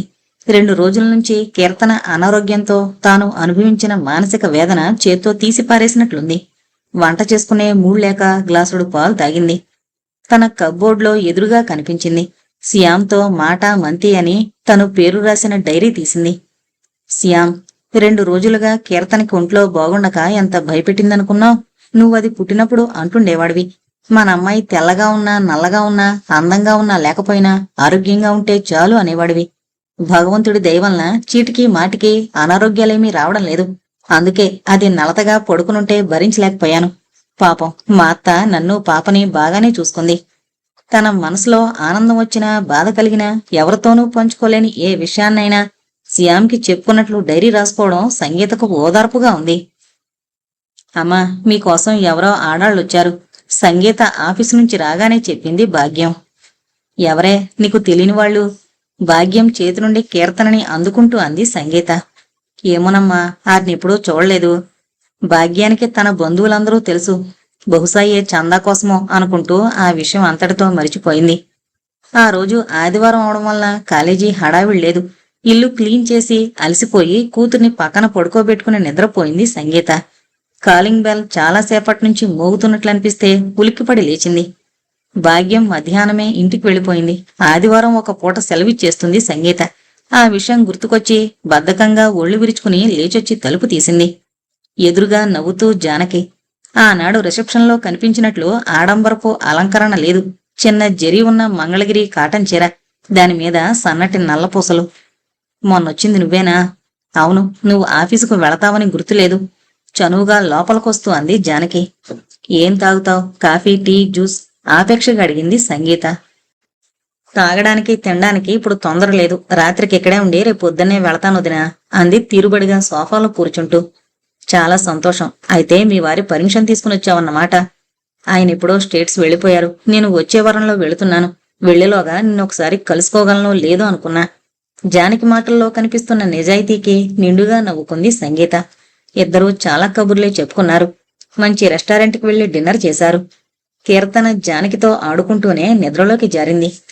నిన్ను ఒక్కసారి ఆ పెళ్లిలో చూసి చాలా ఆశ్చర్యపోయాను. ఆనాడు అమాయకంగా నా వెనక తిరిగిన ఆ జానకేననిపించింది. అయితే చాలా సంతోషంగా ఉంది.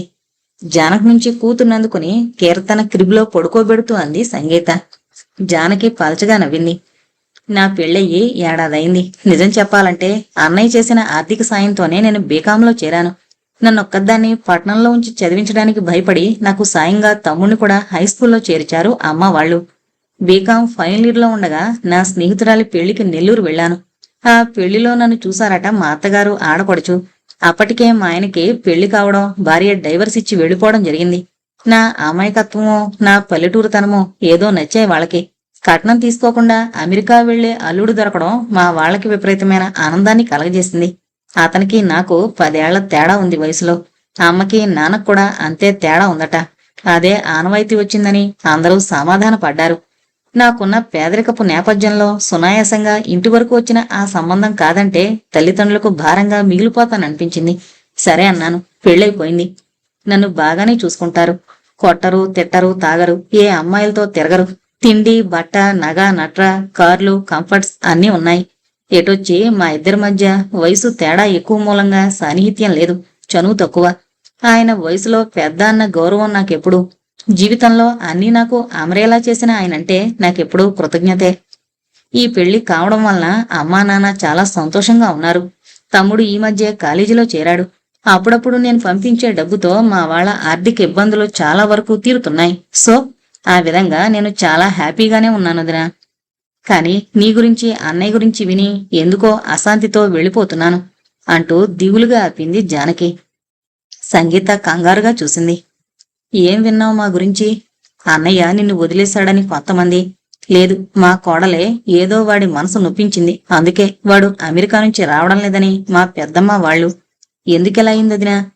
సంగీత ఒక్కసారి నిస్సత్తువుగా సోఫాలో వెనక్కి వాలింది. తనకు కూడా సమాధానం దొరకని ప్రశ్న. ఎందుకిలా జరిగింది? శ్యామ్ తను వివాహం చేసుకోవాలన్న నిర్ణయానికొచ్చాక ఈ విషయం తల్లిదండ్రులకి స్వయంగా చెప్పాలనుకుని విజయవాడ వెళ్ళింది సంగీత. కూతురి నోటి వెంట పెళ్లి కబురు విని తబ్బిబ్బైపోయారు తల్లి తండ్రి. ఇంతకీ కాబోయే భర్తని పూర్తిగా అర్థం చేసుకున్నావా? ఇంకా ఏమైనా అనుమానాలున్నాయా?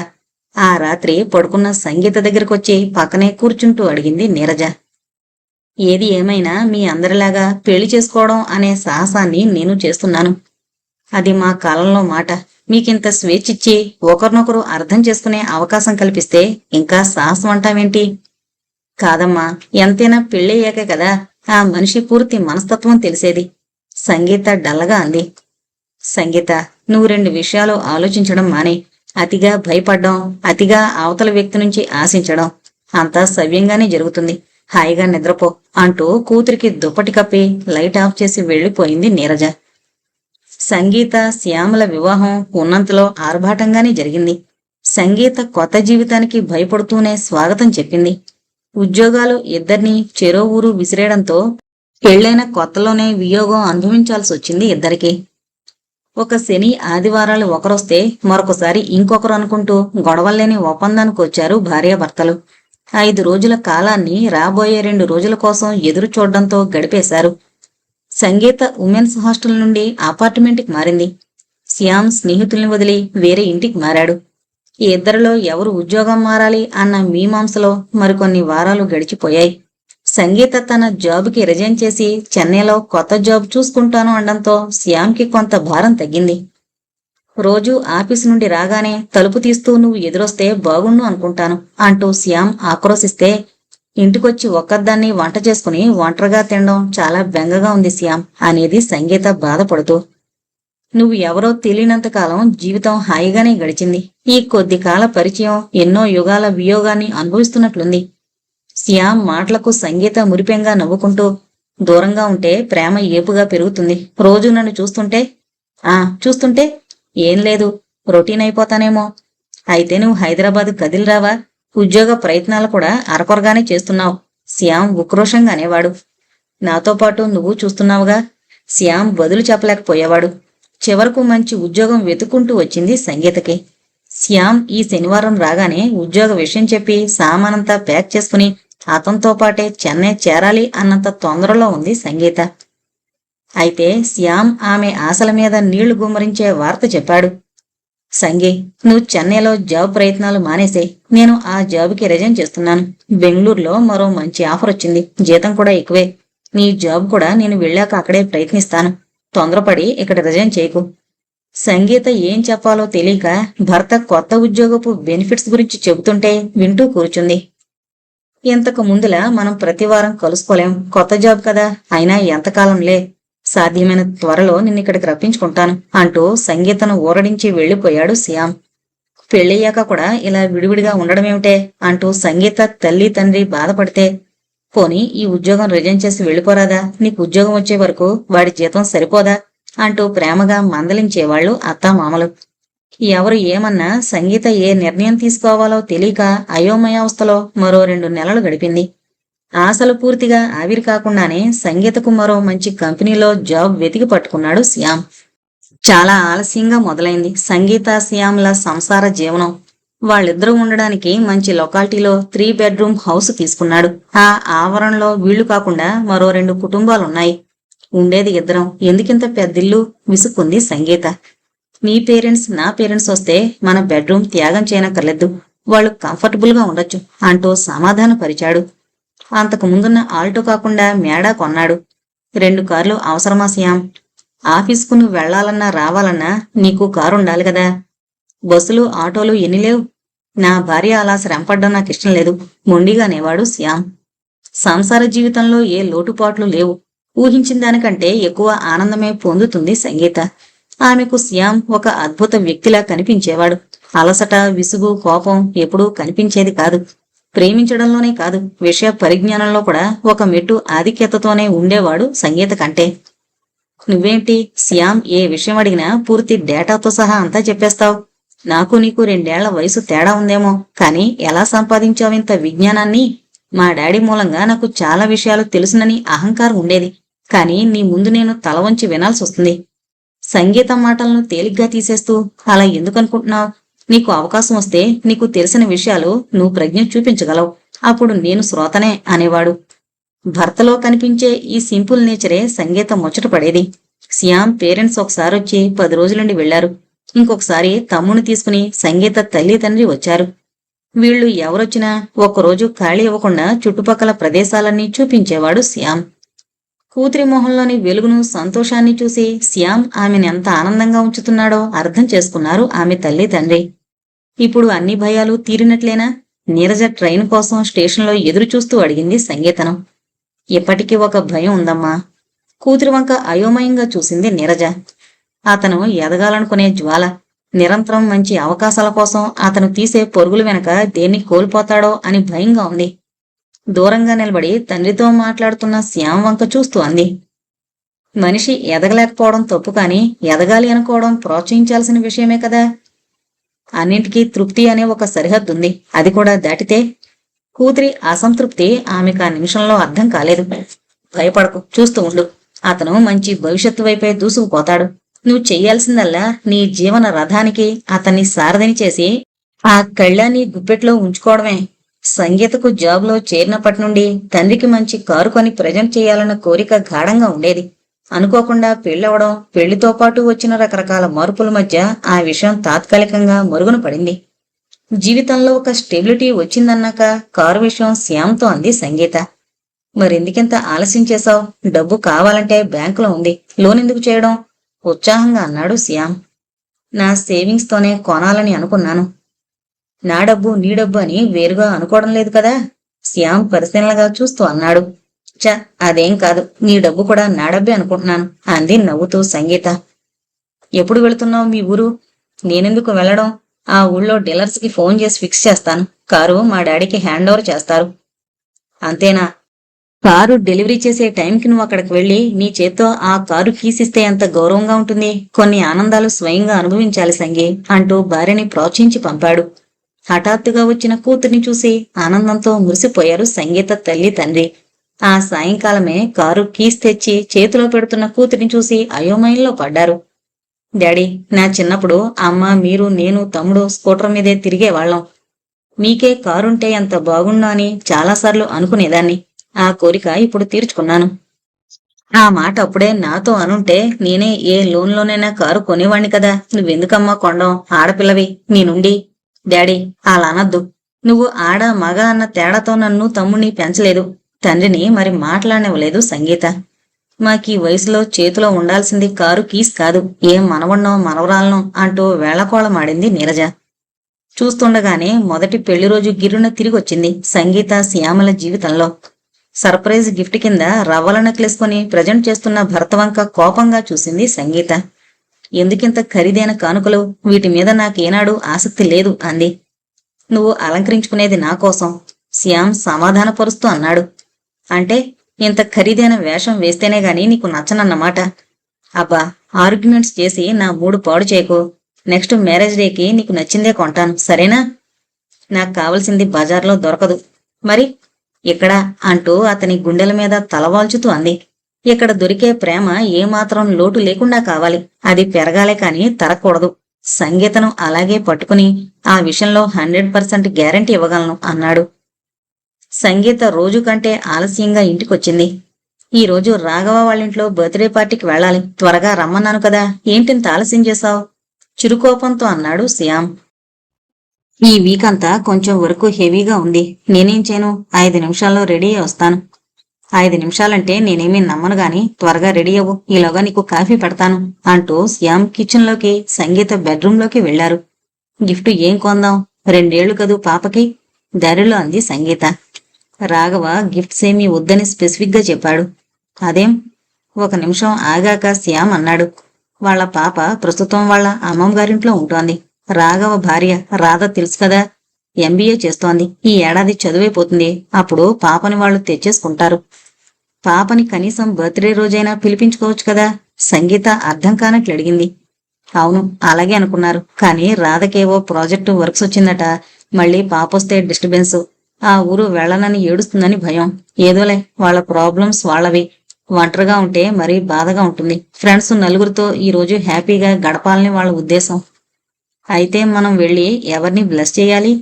ఏముంది, దగ్గర లేకపోయినా వాళ్ళ పాపనే. సంగీత శ్యామ్ వెళ్లేసరికి మరో 10 మంది దాకా ఫ్రెండ్స్ అప్పటికే వచ్చున్నారు. అందరూ రాగానే రాఘవ, రాధ కలిసి కూతుర్ని తలచుకుంటూ బర్త్డే కేక్ కట్ చేశారు. అందరూ సరదాగా నవ్వుకున్నారు, కబుర్లు చెప్పుకున్నారు, కలిసి డిన్నర్ తీసుకున్నారు.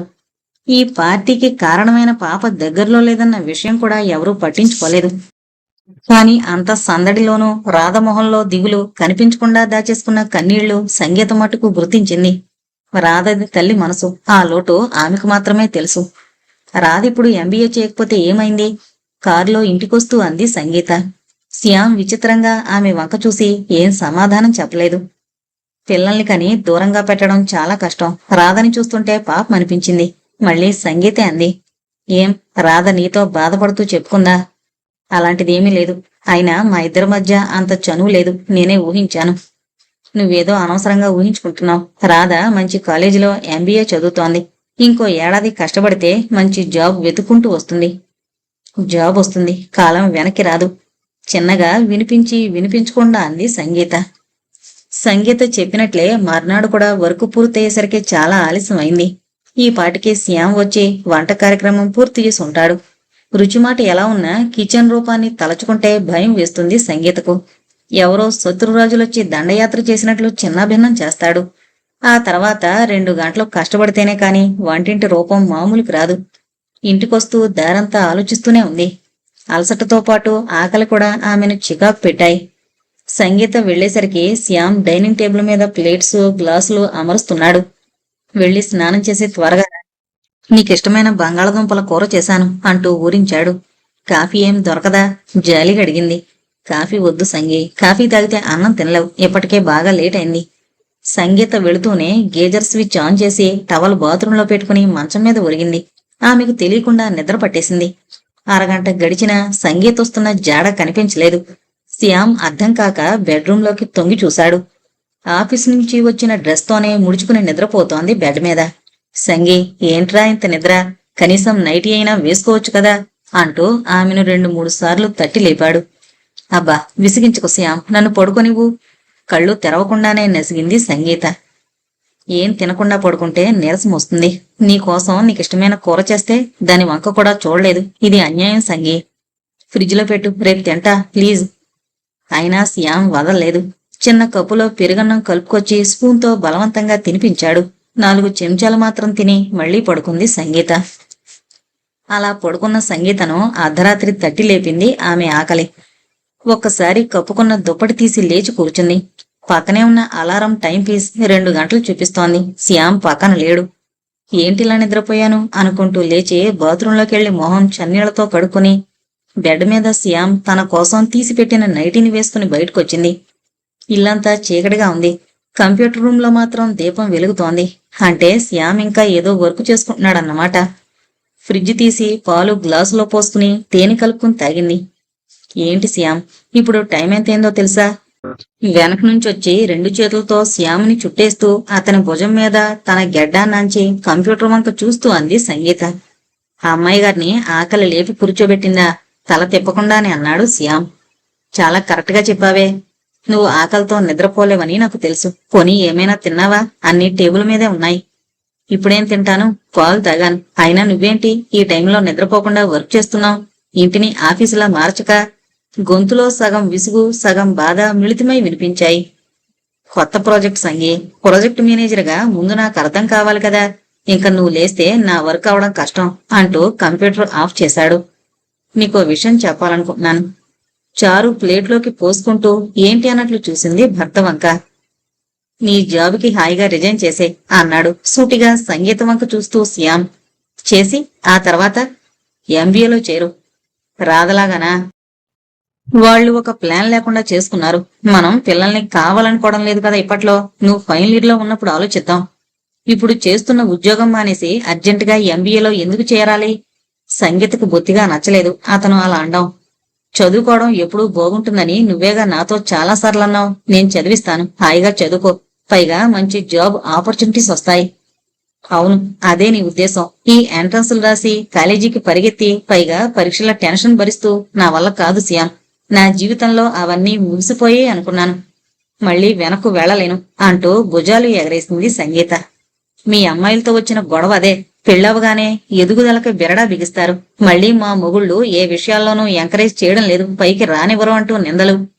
ఆడపిల్లలందరినీ మన మధ్యకు లాగకు. నా సంగతి మాట్లాడుకుందాం. నాకింక చదివే మూడ్ లేదు. పెళ్లి చేసుకుని మహారాణిలా నా ఇంటి సామ్రాజ్యాన్ని ఏలుకుంటున్నాను. కావాలంటే కొత్త వంటలు నీకు వండి పెట్టమంటే వండి పెడతాను. సంగీత తన మాటలను సీరియస్ గా తీసుకోవడం లేదని తెలిసి శ్యామ్ ఆ ప్రస్తావన అంతటితో ఆపేశాడు. ఆ రాత్రి పడుకునే ముందర మరొకసారి ప్రయత్నిద్దాం అనుకుంటూ, రేపొకసారి రాఘవ వాళ్ళింటికి తీసుకువెళతాను. రాధతో మాట్లాడదాం. నీకేమైనా డౌట్స్ ఉంటే తీరతాయి. బొజ్జగింపు ధోరణిలో అన్నాడు శ్యామ్. నువ్వు ఇలా అది చెయ్యి ఇది చెయ్యి అంటూ శాసనాలు చేస్తే నేను భరించలేను శ్యామ్. నాకు పూర్తిగా నచ్చకపోతే నేనేం చేయను. అవును, ఆ విషయం నాకు కొత్తగా చెప్పనక్కర్లేదు. నీకు మంచి చెబితే అర్థం కాదు. శ్యామ్ గొంతులో ఓర్పు కనిపించలేదు. నన్నిలా విసిగించావంటే విడాకులిస్తాను అల్లరిగా అంటూ అటు తిరిగి పడుకుంది సంగీత. మర్నాడు రోజు కంటే త్వరగా లేచింది సంగీత. అప్పుడే వచ్చిన పాలు కాచి పరమాన్నం చేసింది శ్యామ్కిష్టమని. శ్యామ్ నిద్రకు భంగం కలిగించకుండా మరో బెడ్రూమ్ బాత్రూంకు వెళ్లి షాంపూ చేసింది.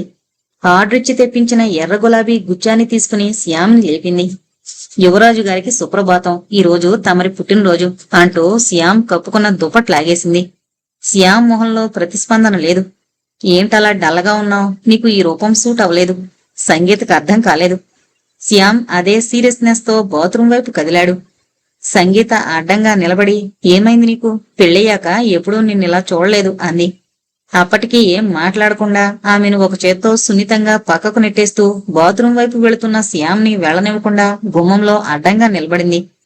ఏమైంది నీకు? ఎందుకిలా ఉన్నావు? నా మంచి మూడు పాడు చేశావు. సారీ చెప్పు. ముందు నువ్వు చెప్పాలి సారీ. నోరు తెరిచాడు శ్యామ్. నేనేం చేశాను? అమాయకంగా అంది సంగీత. రాత్రి ఏమన్నావో గుర్తు చేయాలా? నేనేమీ అనలేదే నిన్ను. విసిగిస్తే విడాకులిస్తావా? అబ్బా అదా విషయం. ఏదో సరదాగా అన్నాను. దానికింత సీరియస్సా? బొత్తిగా సెన్స్ ఆఫ్ హ్యూమర్ లేదని ఇప్పుడే తెలిసింది. తప్పైంది బాబు, క్షమించు. చెంపలు వాయించుకుంటూ అంది. చేతులు గట్టిగా పట్టుకున్నాడు శ్యామ్ చాలు అంటూ. హ్యాపీ బర్త్డే అంటూ అతని చెంప కొరికింది. అబ్బా, రాక్షసివే నువ్వు, చెంప నిమురుకుంటూ అన్నాడు. అది మా అమ్మ నాకు పెట్టిన ముద్దు పేరు. బాగా సూట్ అయింది. త్వరగా స్నానం చేసిరా, నీకోసం పరమాన్నం చేశాను, నిముదువు గాని. బాత్రూంలోకి శ్యామున్నెట్టి తలుపు వేసింది. లేడీ డాక్టర్ చెప్పిన విషయం వింటూనే ముందు కంగారు పడింది. నువ్వు తల్లివి కాబోతున్నావు అని ఆవిడ నోట్నుంచి రాగానే సంగీత మనసు సంతోషించాలో భయపడాలో తెలియని అయోమయ స్థితిలో అలాగే కారు వరకు వచ్చింది. స్టీరింగ్ ముందు కూర్చుని బయటకు చూసింది. అప్పుడే హాస్పిటల్ కాంపౌండ్ రద్దీ తగ్గి నిశ్శబ్దంలోకి చేరువవుతోంది.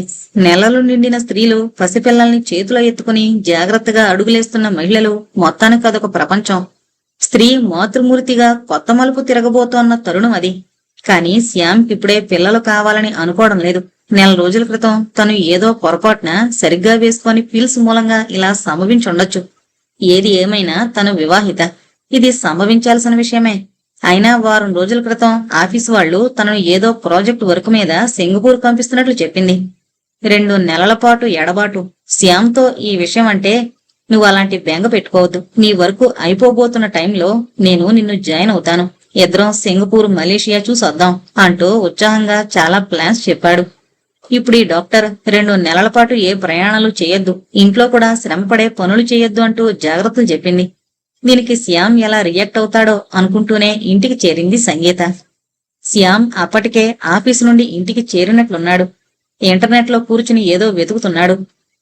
ఏంటి, ఆఫీసు నుండి వస్తూనే సిస్టమ్ మీద పడ్డావు? చిరుకోపంతో అంది సంగీత. ఉండు, మన ట్రిప్ కి ఎయిర్ టికెట్స్ బుక్ చేద్దామని. ఏ ఎయిర్లైన్స్ అయితే బాగుంటాయో చూస్తున్నాను. తలెత్తి సంగీతం అంతా చూడకుండా దీక్షగా దృష్టి కంప్యూటర్ మీద ఉంచి అన్నాడు. ఇప్పుడంత అవసరం లేదులే, నేనెక్కడికి వెళ్లడం లేదు, నీరసంగా అంది. చివ్వున తల తిప్పి అప్పుడు చూశాడు భార్య వంక. వాడిపోయిన గులాబీలా ఉంది. సంగీతనెప్పుడు అంతకు ముందు అంత డల్లగా చూడలేదు. ఏమైంది, ఆర్ యు ఆల్ రైట్? లేచి నుదుటి మీద చేయి వేసి చూశాడు శ్యామ్. డాక్టర్ దగ్గరకు వెళ్ళొస్తున్నాను, అంతా బాగానే ఉంది, కానీ ఆదురుదాగా అన్నాడు శ్యామ్. 2 నెలల పాటు ఏ ప్రయాణాలు చేయకూడదంది, కొంచెం రెస్ట్ గా ఉండమంది. శ్యామ్కేమీ అర్థం కాలేదు. అర్థం కాలేదా? లేదే, నువ్వు తండ్రివి కాబోతున్నావు, సిగ్గుపడుతూ అంది. శ్యామ్ ఒకసారి గట్టిగా ఊపిరి పీల్చుకున్నాడు. అబ్బా, నిమిషంలో ఎంత కంగారు పెట్టావు, ఎంత అందమైన వార్తని ఎంత భయంకరంగా చెప్పావు. భార్యను గట్టిగా దగ్గరకు తీసుకుని నుదుటిన ముద్దు పెట్టుకుంటూ అన్నాడు. స్త్రీ నుండి మాతృమూర్తి హోదాకు ఎదుగుతున్నావు. ఓ బుజ్జి తల్లి మన జీవితంలోకి రాబోతుంది, ఎంత సంతోషమైన విషయం. శ్యామ్ ఇంత ఎగ్జైట్ అవుతాడని సంగీత ఊహించలేదు. అప్పుడు ఆమె హృదయం ఒక్కసారి తేలిక పడింది. మీ అమ్మగారికి ఫోన్ చేసి చెప్పావా? ముందు నీకు చెప్పకుండానా? అయితే నేనే ఫోన్ చేసి చెబుతాను అంటూ శ్యామ్ లేచాడు. ఆఫీసు నుండి వస్తూనే శ్యామ్ ఇంటి ముందు అడ్డదిడ్డంగా పార్క్ చేసిన అతని కారు చూసి చిరాకు పడింది సంగీత. తన కారు ఎలా పెట్టాలో తెలియక రోడ్డు మీదే వదిలి లోపలికొచ్చింది. హాల్లో ఎదురుగా నవ్వుతూ శ్యామ్ కనిపించాడు. నాయనా శ్యామసుందర, నీ కారేంటి ఇంటి ముందు ఇష్టమొచ్చినట్లు వదిలేసొచ్చావు? నా కారు రోడ్డు మీదే వదిలేసొచ్చాను, 2 కార్లు నువ్వే లోపల పార్క్ చేయి అంటూ కార్ కీస్ విసురుగా సోఫాలో అతని పక్కనే పడేలా విసిరింది. లోపలికి 4 అడుగులు వేయగానే శ్యామ్ ఎదురుగా నవ్వుతూ ప్రేక్షకుల్లా చూస్తున్న శ్యామ్ తల్లిదండ్రుల్ని చూసి గతుక్కుమంది సంగీత. మీరొస్తున్నట్లు ఏమీ చెప్పలేదేంటి మావయ్య? స్టేషన్కి వచ్చేవాళ్ళం కదా, మీరేంటత్తయ్య అలా చిక్కిపోయారు అంటూ కంగారుగా పలకరిస్తోన్న కోడల్ని మురిపెంగా చూస్తూ, రా ఇలా కూర్చో, మేము ఏదో పెళ్లికని తిరుపతొచ్చి మిమ్మల్ని చూడాలనిపించి బెంగళూరు బస్ కనిపిస్తే ఎక్కేశాం అంటూ కోడల్ని సమాధానపరిచింది పద్మావతి. అదేంటి శ్యామ్, నీ ఎదురుగా మీ పేరెంట్స్ ఉన్నారని కనీసం సంజ్ఞ చేయొచ్చుగా, ఒంటరిగా దొరికినప్పుడు అడిగింది సంగీత. నేనెందుకు చెప్పాలి? వాళ్ల కోళ్లంత గయ్యాళి గంప రాకాసో వాళ్ళకి తెలియాలి కదా, ఉడికిస్తూ అన్నాడు శ్యామ్. ఏమ్మా, మా అబ్బాయి నిన్ను జాగ్రత్తగా చూసుకుంటున్నాడా? ఒట్టి మనిషివి కూడా కాదు. రాత్రి వంట తయారు చేస్తూ అప్పుడే స్నానం చేసి తెల్లని కాటన్ చీరతో వచ్చిన సంగీతను అడిగింది. అదేం అడుగుతారులే అత్తయ్య, ఇది తింటే బలం వస్తుంది అని ఎవరేం చెప్పినా ఆ వల్ల తెచ్చి వండి నన్ను తినమని విసిగిస్తాడు. పైగా 2 తిండి తినమంటాడు. సడన్ గా నేనెలా తినగలను? వికారమంటూ వంటింట్లోకి రావడం మానేసిందమ్మా నీ కోడలు. ఇంకా నేనేం చేసి పెట్టినా తినాలని కదా, అయినా ప్రోటీన్ ఫుడ్ తినకపోతే ఎలా? తల్లి పక్కనే నిలబడి కూర కట్ చేస్తున్న శ్యామ్ ఆరోపణ. ఆ కూర నేను కట్ చేస్తాను, నువ్వు ముందు వంటింట్లో నుంచి వెళ్ళు, అత్తయ్యతో నీ గురించి చాలా విషయాలు చెప్పుకోవాలి. సంగీత నవ్వు దాచుకుంటూ అంది. అమ్మా, నీ కోళ్ళు నా గురించి ఏం చెప్పినా నమ్మకు అంటూ వెళ్లిపోయాడు. పద్మావతి ముసిముసి నవ్వులు నవ్వుకుంటూ భార్యాభర్తల మధ్య నడుస్తోన్న చిలిపి తగాదాలు వింటూ ఆనందించింది. ఆ రాత్రి బెడ్రూంలోకి పాల గ్లాస్తో వచ్చింది సంగీత. సహజంగా సంగీత చీరలెప్పుడూ కట్టదు. పగలంతా మోడ్రన్ డ్రెస్సులు వేసినా రాత్రులు నైటీ వేసుకుని నిద్రపోతుంది. ఆ రోజు తెల్లని చీర, మల్లెపూలు, చేతిలో పాల గ్లాసు. విచిత్రంగా చూశాడు భార్య వంక. ఏంటి సంగి, పాత సినిమా హీరోయిన్లా తయారయ్యావు, పైగా ఈ పాల గ్లాస్ ఏంటి? ఫస్ట్ నైట్ మళ్ళీ చేసుకుందామనిపించిందా? ఈ పాలు నీకోసం కాదు, అత్తయ్య నన్ను రోజూ పాలు తాగమన్నారు అంతే. ఇంతకీ ఇందాక మా అమ్మతో నా గురించి ఏం చెప్పావు? ఆరా తీశాడు శ్యామ్. ఏముంది, రోజు తాగొచ్చి తంతాడని చెప్పాను. మా అమ్మకు నా గురించి తెలుసు, ఉక్రోషంగా అన్నాడు శ్యామ్. పద్మావతి శేషగిరి ఉన్న 4 రోజులు 4 క్షణాల్లా దొర్లాయి. కోడలు ఇష్టాలు కనుక్కుంటూ వంట చేసేది పద్మావతి. రుచిగా చేయడమే కాదు, ఆపేక్షగా పెడుతున్న అత్తగారిని చూస్తుంటే తల్లి గుర్తుకొచ్చేది సంగీతకు. శ్యామ్కి కొన్నాళ్లు వంట డ్యూటీ తప్పింది. కొడుకు కోడలి అనురాగమయమైన జీవితాన్ని చూస్తూ మరికొన్ని రోజులు ఉండాలని అనిపించినా పద్మావతికి సెలవు లేవు. అత్తయ్య, అప్పుడే వెళ్ళిపోవాలా? చీరలు తీసి బ్యాగులో సర్దుకుంటున్న పద్మావతి కోడలి మాటలకు ఆపేక్షగా నవ్వింది. నా సీఎల్స్ అన్నీ ఇప్పుడే అయిపోతే రేపు నా మనవడో మనవరాలో వచ్చే టైంకి దాచుకోవాలి కదా అంటూ కోడల్ని దగ్గరకు తీసుకుంది. ఆ రోజు శ్యామ్ మాత్రం సెలవు పెట్టి తల్లి తండ్రిని శేషాద్రి ఎక్కించడానికి ఇంట్లోనే ఉండిపోయాడు. సంగీత మాత్రం ఆఫీసుకు వెళ్ళింది దిగులు మనసుతో. అమ్మా జాగ్రత్త, ఈ ట్రైను అర్ధరాత్రి వెళుతుంది మన ఊరు అంటూ ట్రైన్ ఎక్కిస్తూ జాగ్రత్తలు చెప్పాడు శ్యామ్. పర్వాలేదులేరా, మనకా ఊరు కొత్త, తండ్రి తేలిగ్గా తీసి పారేస్తూ అన్నాడు. జాగ్రత్తగా చూసుకో సంగీతనం అన్నట్లు నిన్ను ఆకాశానికి ఎత్తేస్తూ చాలా పొగిడింది ఆ రోజు నా దగ్గర. కాని ఏం లాభం, నువ్వేమీ నమ్మొద్దు అన్నావు కదా. తల్లి మాటలకు అమ్మా నువ్వు కూడా ఏంటమ్మా సంగీతలా ఏడిపిస్తున్నావు? ఒక్కసారిగా పద్మావతికి ఆ దృశ్యం గుర్తుకొచ్చి సంతోషం కలిగింది. అత్తయ్య, శ్యామ్ నన్ను చాలా గారంగా చూస్తాడు, ఆపేక్షలో అమ్మని మరిపిస్తాడు, ఆదరణలో మా నాన్నని, ఆత్మీయతలో మా తమ్ముణ్ణి, ఇంతమంది ప్రేమని అతని నుంచి పొందుతున్నాను. థ్యాంక్స్ అత్తయ్య అంటూ అత్తగారి బొగ్గ మీద ముద్దు పెట్టుకుంటూ. ఇంత మంచి కాంప్లిమెంట్ కంటే ఏ అత్తగారికైనా ఏం కావాలి అనుకుంది పద్మావతి. డెలివరీ టైం దగ్గర పడుతున్న కొద్దీ తెలియని దిగులు, భయం కలగసాగింది సంగీతలో. ఎంతైనా పురుడంటే పునర్జన్మ అంటారు. రేపు నాకేదైనా అయితే నువ్వు సంగీతని మరి మాట్లాడినిచ్చేవాడు కాదు శ్యామ్. నువ్వు చెప్పింది పూర్వకాలంలో, ఇప్పుడు అలాంటి భయాలేం పెట్టుకోవద్దు. డెలివరీ టైంకి నేను నీ దగ్గరే ఉంటాను అంటూ శ్యామ్ ఓదార్చేవాడు. ఆమెను పైకి ఓదార్చినా అతనికే తెలియకుండా ఏదో భయం అనే బీజం అతని మనసులో కూడా నాటుకుంది. సంగీతను పురిటికి తీసుకువెళ్ళడానికి ఆమె తల్లిదండ్రులు వచ్చారు. శ్యామ్ చాలా భారమైన మనసుతోనే ఆమెకు సెండాఫ్ ఇచ్చాడు. డ్యూ డేట్ కి 2 రోజుల ముందుగానే విజయవాడ చేరాడు శ్యామ్. ఆరోగ్యంగా ఉన్న సంగీతకు అట్టే కష్టపడకుండానే బొద్దుగా ముద్దుగా ఉన్న పాప పుట్టింది. పేరు కోసం పేజీలు తిప్పి వెతుక్కోలేదు వాళ్ళిద్దరూ. నీ పేరులో సంగీతం ఉంది, దానికి కీర్తన అని పెడదాం అన్నాడు శ్యామ్. కాదనలేదు సంగీత. సంగీత లీవ్ అయిపోతుండగా తల్లిని తీసుకుని పాపతో బెంగళూరు చేరింది. అప్పటికే కూతురి కోసం, భార్య కోసం ఇల్లు అట్టహాసంగా అలంకరించాడు శ్యామ్. 4 రోజుల తర్వాత తల్లి వెళ్లిపోయింది. ఆ తర్వాత కీర్తనను చూసే బాధ్యత పద్మావతి తీసుకుంది. అలా తెలియకుండా 6 నెలలు నిండాయి కీర్తనకు. ఆ తర్వాత ఫుల్ టైం పని మనిషిని ఇంట్లో పెట్టుకుంది సంగీత. కీర్తన చూపించే కొత్త విద్యలను చూసి మురిసిపోతూ ఏడాదిలోకి ఎప్పుడు చేరిందో గమనించలేదు. మొదటి పుట్టినరోజు అటు అమ్మమ్మ తాతయ్య, ఇటు బామ్మ తాతల ఆధ్వర్యంలో స్నేహితుల సందడులతో చిన్న పెళ్లిలా జరిపించారు సంగీత శ్యాములు. కీర్తన పుట్టాక సంగీత సాధ్యమైనంత త్వరగా ఇంటికొచ్చేస్తుంది. ఆ విషయంలో భార్యతో పోటీ పడాలనుకున్న శ్యామ్ చాలా వరకు ఆలస్యంగానే ఇల్లు చేరతాడు. ఆ రోజు మాత్రం సంగీత కంటే త్వరగా ఇంటికొచ్చేసిన శ్యామ్ కూతుర్ని తీసుకుని ఆడిస్తున్నాడు. గుడ్ న్యూస్ సంగీ, ఓ 4 నెలలు ఆఫీస్ వాళ్ళు యుఎస్ పంపుతున్నారు అన్నాడు హుషారుగా. ఇప్పటికి 2-3 సార్లు వెళ్ళొచ్చావుగా, అందులో కొత్తేముంది? సంగీత అర్థం కానట్లు చూసింది. అప్పటి వరకు వేరు, ఇప్పటి వరకు వేరు. అప్పుడు 1 వారం ఉండి వచ్చేశాను, ఇప్పుడు అలా కాదు.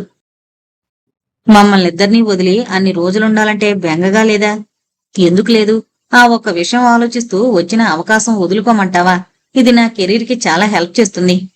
సంగీతకి అప్పుడింక ఏమీ మాట్లాడే ఓపిక లేదు. ఆఫీస్ నుంచి వచ్చాక సహజంగా ఉండే అలసటికి తోడు భర్త చెప్పిన ఈ వార్త మరో గుప్పెడు దిగులుని గుండెల్లో గుమ్మరించినట్లు అనిపించింది. శ్యామ్ తీసుకున్నంత తేలిగ్గా తను తీసుకోలేకపోయింది. మౌనంగా లోపలికి వెళ్లిపోతున్న సంగీత వంక నిరుత్సాహంగా చూశాడు శ్యామ్. శ్యామ్, నిజంగా వెళ్లాలనే నిర్ణయించుకున్నావా? ఆ రాత్రి కీర్తన నిద్రపోయాక మెల్లగా భరత పక్కన కూర్చుంటూ అంది సంగీత. ఆమె గొంతు నిండా దిగులు. నువ్వు సంతోషిస్తావనుకున్నాను. నేను కాదంటే నా వెనక పెద్ద క్యూ. ఎగిరి గంతేసి ఒప్పుకునేవాళ్లు చాలా మంది ఉన్నారు. నీ ఇష్టం. నీకు హ్యాపీగా లేకపోతే వెళ్ళను. నిన్ను మిస్ అవుతాను శ్యామ్. అయినా మనిద్దరి సంపాదనతో చాలా హ్యాపీగా ఉన్నాం. మనం ఎంత సంపాదించినా ఎంతకంటే ఎక్కువ తినలేం. తృప్తి పడ్డం కూడా చాలా అవసరం. సంగీత గొంతులో దాగని విసుగు. తృప్తిపడే వయసు ఒకటి ఉంటుంది.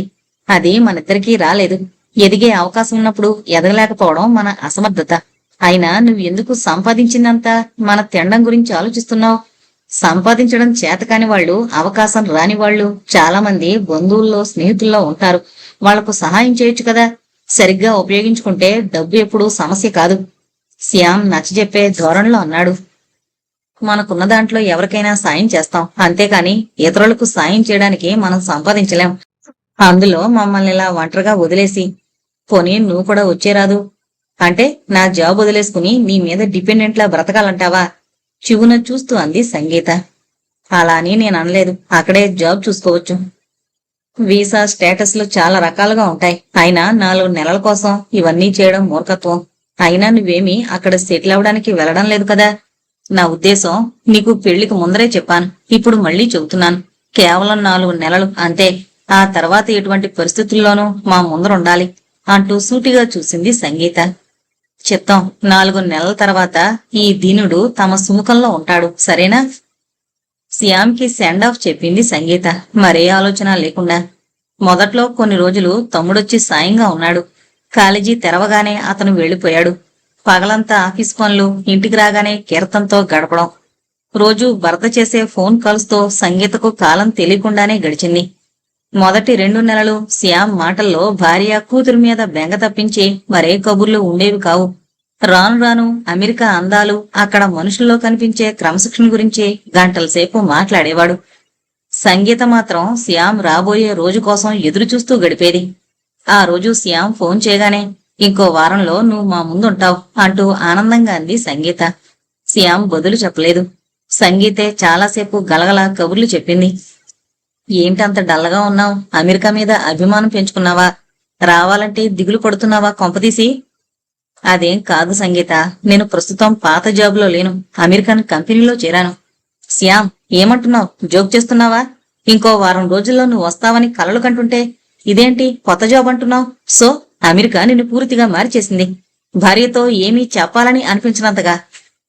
సంగీ, ఎందుకంత ఎమోషనల్ అవుతున్నావు? లక్కీగా నా టాలెంట్స్ తో బెటర్ అవకాశం వచ్చింది. మంచి కంపెనీ, శాలరీ కూడా ఎక్కువే. అంతేకాదు, నీకు జాబ్ ఇస్తామన్నారు. పేపర్స్ పంపుతాను. నువ్వు కీర్తన వచ్చేయండి. శ్యామ్ కూలుగా అన్నాడు.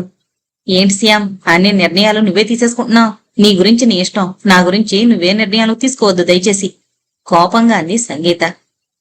ఎందుకంతా నువ్వు నేను అంటూ విడదీసి మాట్లాడతావు? నీకు ముందుగా నా కొత్త జాబ్ గురించి చెప్పకపోవడం తప్పే, కానీ మంచి ఫ్యూచర్ కోసం ప్లాన్ చేయడం తప్పు కాదుగా. నీ భర్త ఎదగాలని నువ్వు మాత్రం అనుకోవా? అనుకుంటాను. ఆకాశానికి నిచ్చెనలు వేసి ఎక్కుతూ పోతున్నావు. ఎక్కడ పొట్టు తప్పి కింద పడతావో అని భయపడుతున్నాను. అప్పుడు కిందే ఉంటావుగా, నీ ఒడిలో పడిపోతాను, నవ్వుతున్నాడు శ్యామ్. నేను చాలా సీరియస్ గా చెబుతున్నాను. నువ్వు వెళ్ళిన చోటకల్లా నేను రాలేను. జీవితం మీద నీకున్న ఉద్దేశాలు వేరు, నాకున్న అభిప్రాయాలు వేరు. పరమాన్నం చేతికందించి పరిగెత్తమంటున్నావు. నేను మంచినీళ్లైనా కూర్చుని తీసుకుందామంటున్నాను. సంగీత విసురుగానే సమాధానం ఇచ్చింది. పోనీ నీకీ దేశం నచ్చకపోతే కొన్నాళ్లుండి వెనక్కు వెళ్ళిపోదాం. ముందు నా మాట విని రాకూడదు, బొజ్జగిస్తున్నట్లు అన్నాడు శ్యామ్. నీ మాట వినే కదూ హైదరాబాద్ నుండి చెన్నై రావాలనుకున్నాను. వచ్చే ప్రయత్నంలో ఉండగా బెంగళూరు అన్నావు. అలాగే వచ్చాను. ఎప్పుడు జీవితంలో నువ్వు ఏదైనా నిర్ణయించడం నేను దాన్ని అనుసరించాలి అనుకోవడం మానే. 4 నెలల కోసం వెళ్లిన వాడివి. చాలా మార్చింది ఆ దేశం. రేపు నేను మాత్రం అక్కడికొస్తే మారనని ఏముంది? నన్ను నా ధోరణికి వదిలే అంటూ టక్కున ఫోన్ పెట్టేసింది సంగీత. ఆ తర్వాత కూడా శ్యామ్ ఎప్పుడు ఫోన్ చేసినా వాదోపవాదాలతోనే సంభాషణ మూసేది. సంగీత తండ్రితో మొదటిసారిగా ఈ విషయం చెప్పినప్పుడు, పోనీ వెళ్ళిరాదటమ్మా, నీకెందుకంత పట్టుదల అంటూ సలహా చెప్పాడు. అంతా విని జానకి కూడా అలాగే అడిగింది. నిజమే, నువ్వు అన్నయ్య రమ్మనగానే వెళ్లాల్సిందేమో వదినా. పంతాలకు పోయి ఇలా విడివిడిగా ఉండడం కంటే. సంగీత తల అడ్డంగా ఊపింది. నువ్వు టాల్స్టాయ్ కథ వినే ఉంటావు.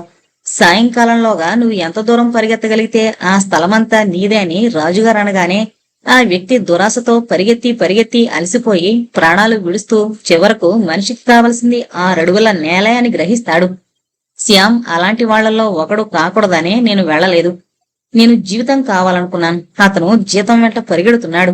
ఎప్పుడో అలసిపోతాడు. అప్పుడు వెనక్కు తిరిగి నా దగ్గరికే వస్తాడు. ఆ రోజు ఎప్పుడో వస్తుంది. దానికోసం నేను ఎదురు చూస్తూనే ఉంటాను. కెరియర్ మనిషి జీవితానికి ముఖ్యమే, కానీ కెరియరే జీవితం కాకూడదు. సంగీత చెప్పడం ఆపింది. మరి బెంగళూరు జాబ్ ఎందుకు వదిలేశావు? జానకి సందేహం వెలుగుచ్చింది. ఇంక ఎప్పుడైతే శ్యామ్ రాడని అనిపించిందో నేనింక బెంగళూరు వదిలేశాను. హైదరాబాద్లో అయితే అమ్మా నాన్న దగ్గరున్నట్లు అవుతుంది. అదీగాక వాళ్ళు నా దగ్గరికి రావడం తేలిక అనిపించింది. కానీ అమ్మ మాత్రం ఎలాగూ ఉద్యోగం వదిలేస్తున్నావు, మళ్ళీ హైదరాబాద్ ఎందుకు, విజయవాడ వచ్చేరాదా, అందరం కలిసే ఉన్నాం, పాపని నేను చూసుకుంటాను, నువ్వు జాబుకి వెళ్ళినా అంటూ సలహా ఇచ్చింది. కానీ శ్యామ్ గురించి ఆలోచించాను. ఎప్పుడైనా అతను తిరిగొస్తే విజయవాడలో కంటే హైదరాబాద్లో అతనికి అవకాశాలు ఎక్కువ. ఆ విషయమే అమ్మ వాళ్లతో చెప్పాను. కాదనలేదు. సాఫ్ట్వేర్ వదిలేసి ఇంజనీరింగ్ కాలేజీలో ఫ్యాకల్టీగా చేరాను. చాలా మంది ఆశ్చర్యపోయారు. నా కొలీగ్స్ ఫ్రెండ్స్ మూర్ఖంగా చేస్తున్నామని మందలించారు. కానీ కీర్తన్ని చూసుకోవాలంటే కాస్త హాలిడేస్ వెకేషన్స్ ఉన్న ఈ జాబు సుఖం అనిపించింది. జీతం విషయంలో రాజీ పడ్డాను. ఒకటి పొందాలంటే మరొకటి వదులుకోవాలి, తప్పదు. పెళ్లైన కొత్తల్లో నేను శ్యామ్ ఏదైనా ఇన్వెస్ట్మెంట్ చేద్దామని సరదాగా కొనుక్కున్న ఈ ఫ్లాట్ ఈనాడు నాకు ఆశ్రయం అయింది. సంగీత లేచి గ్లాస్తో మంచినీళ్లు తెచ్చుకుని కూర్చుంది. అన్నయ్య నీతో కాంటాక్ట్ లో లేడా? 5-6 నెలల క్రితం వరకు మధ్య మధ్య ఫోన్స్ చేసేవాడు. నా అభిప్రాయం నేను మార్చుకోలేదు. అతని నిర్ణయం అతను మార్చుకోలేదు. కోపం వచ్చిందేమో ఫోన్స్ చేయడం మానేశాడు. మర్నాడు జానకి వెళ్లిపోతూ, వదినా, ఏదైనా మంచి నిర్ణయం త్వరగా తీసుకో. నీతో అనకూడదనుకున్నాను, కానీ నీకు తెలియడం కూడా మంచిదేనేమో అని చెబుతున్నాను. మా పెద్దమ్మ వాళ్ళింటికి వెళ్ళాను ఈ ట్రిప్ లో. వాళ్ల మాటలను బట్టి అందరికీ నీ మీద కోపంగా ఉంది. నువ్వు నీ మొండితనంతో భర్తని దూరం చేసుకున్నావని, ఇంకా ఇలాంటిదే ఏదో అన్నారు. అందుకే నీ దగ్గరకు వచ్చి నీ వైపు నుంచి జరిగింది వినాలనిపించింది. నేనంటే అత్తయ్యకి చాలా ప్రేమ అనుకున్నాను, కానీ ఆవిడ కూడా కొడుకు వైపే మాట్లాడుతున్నారు.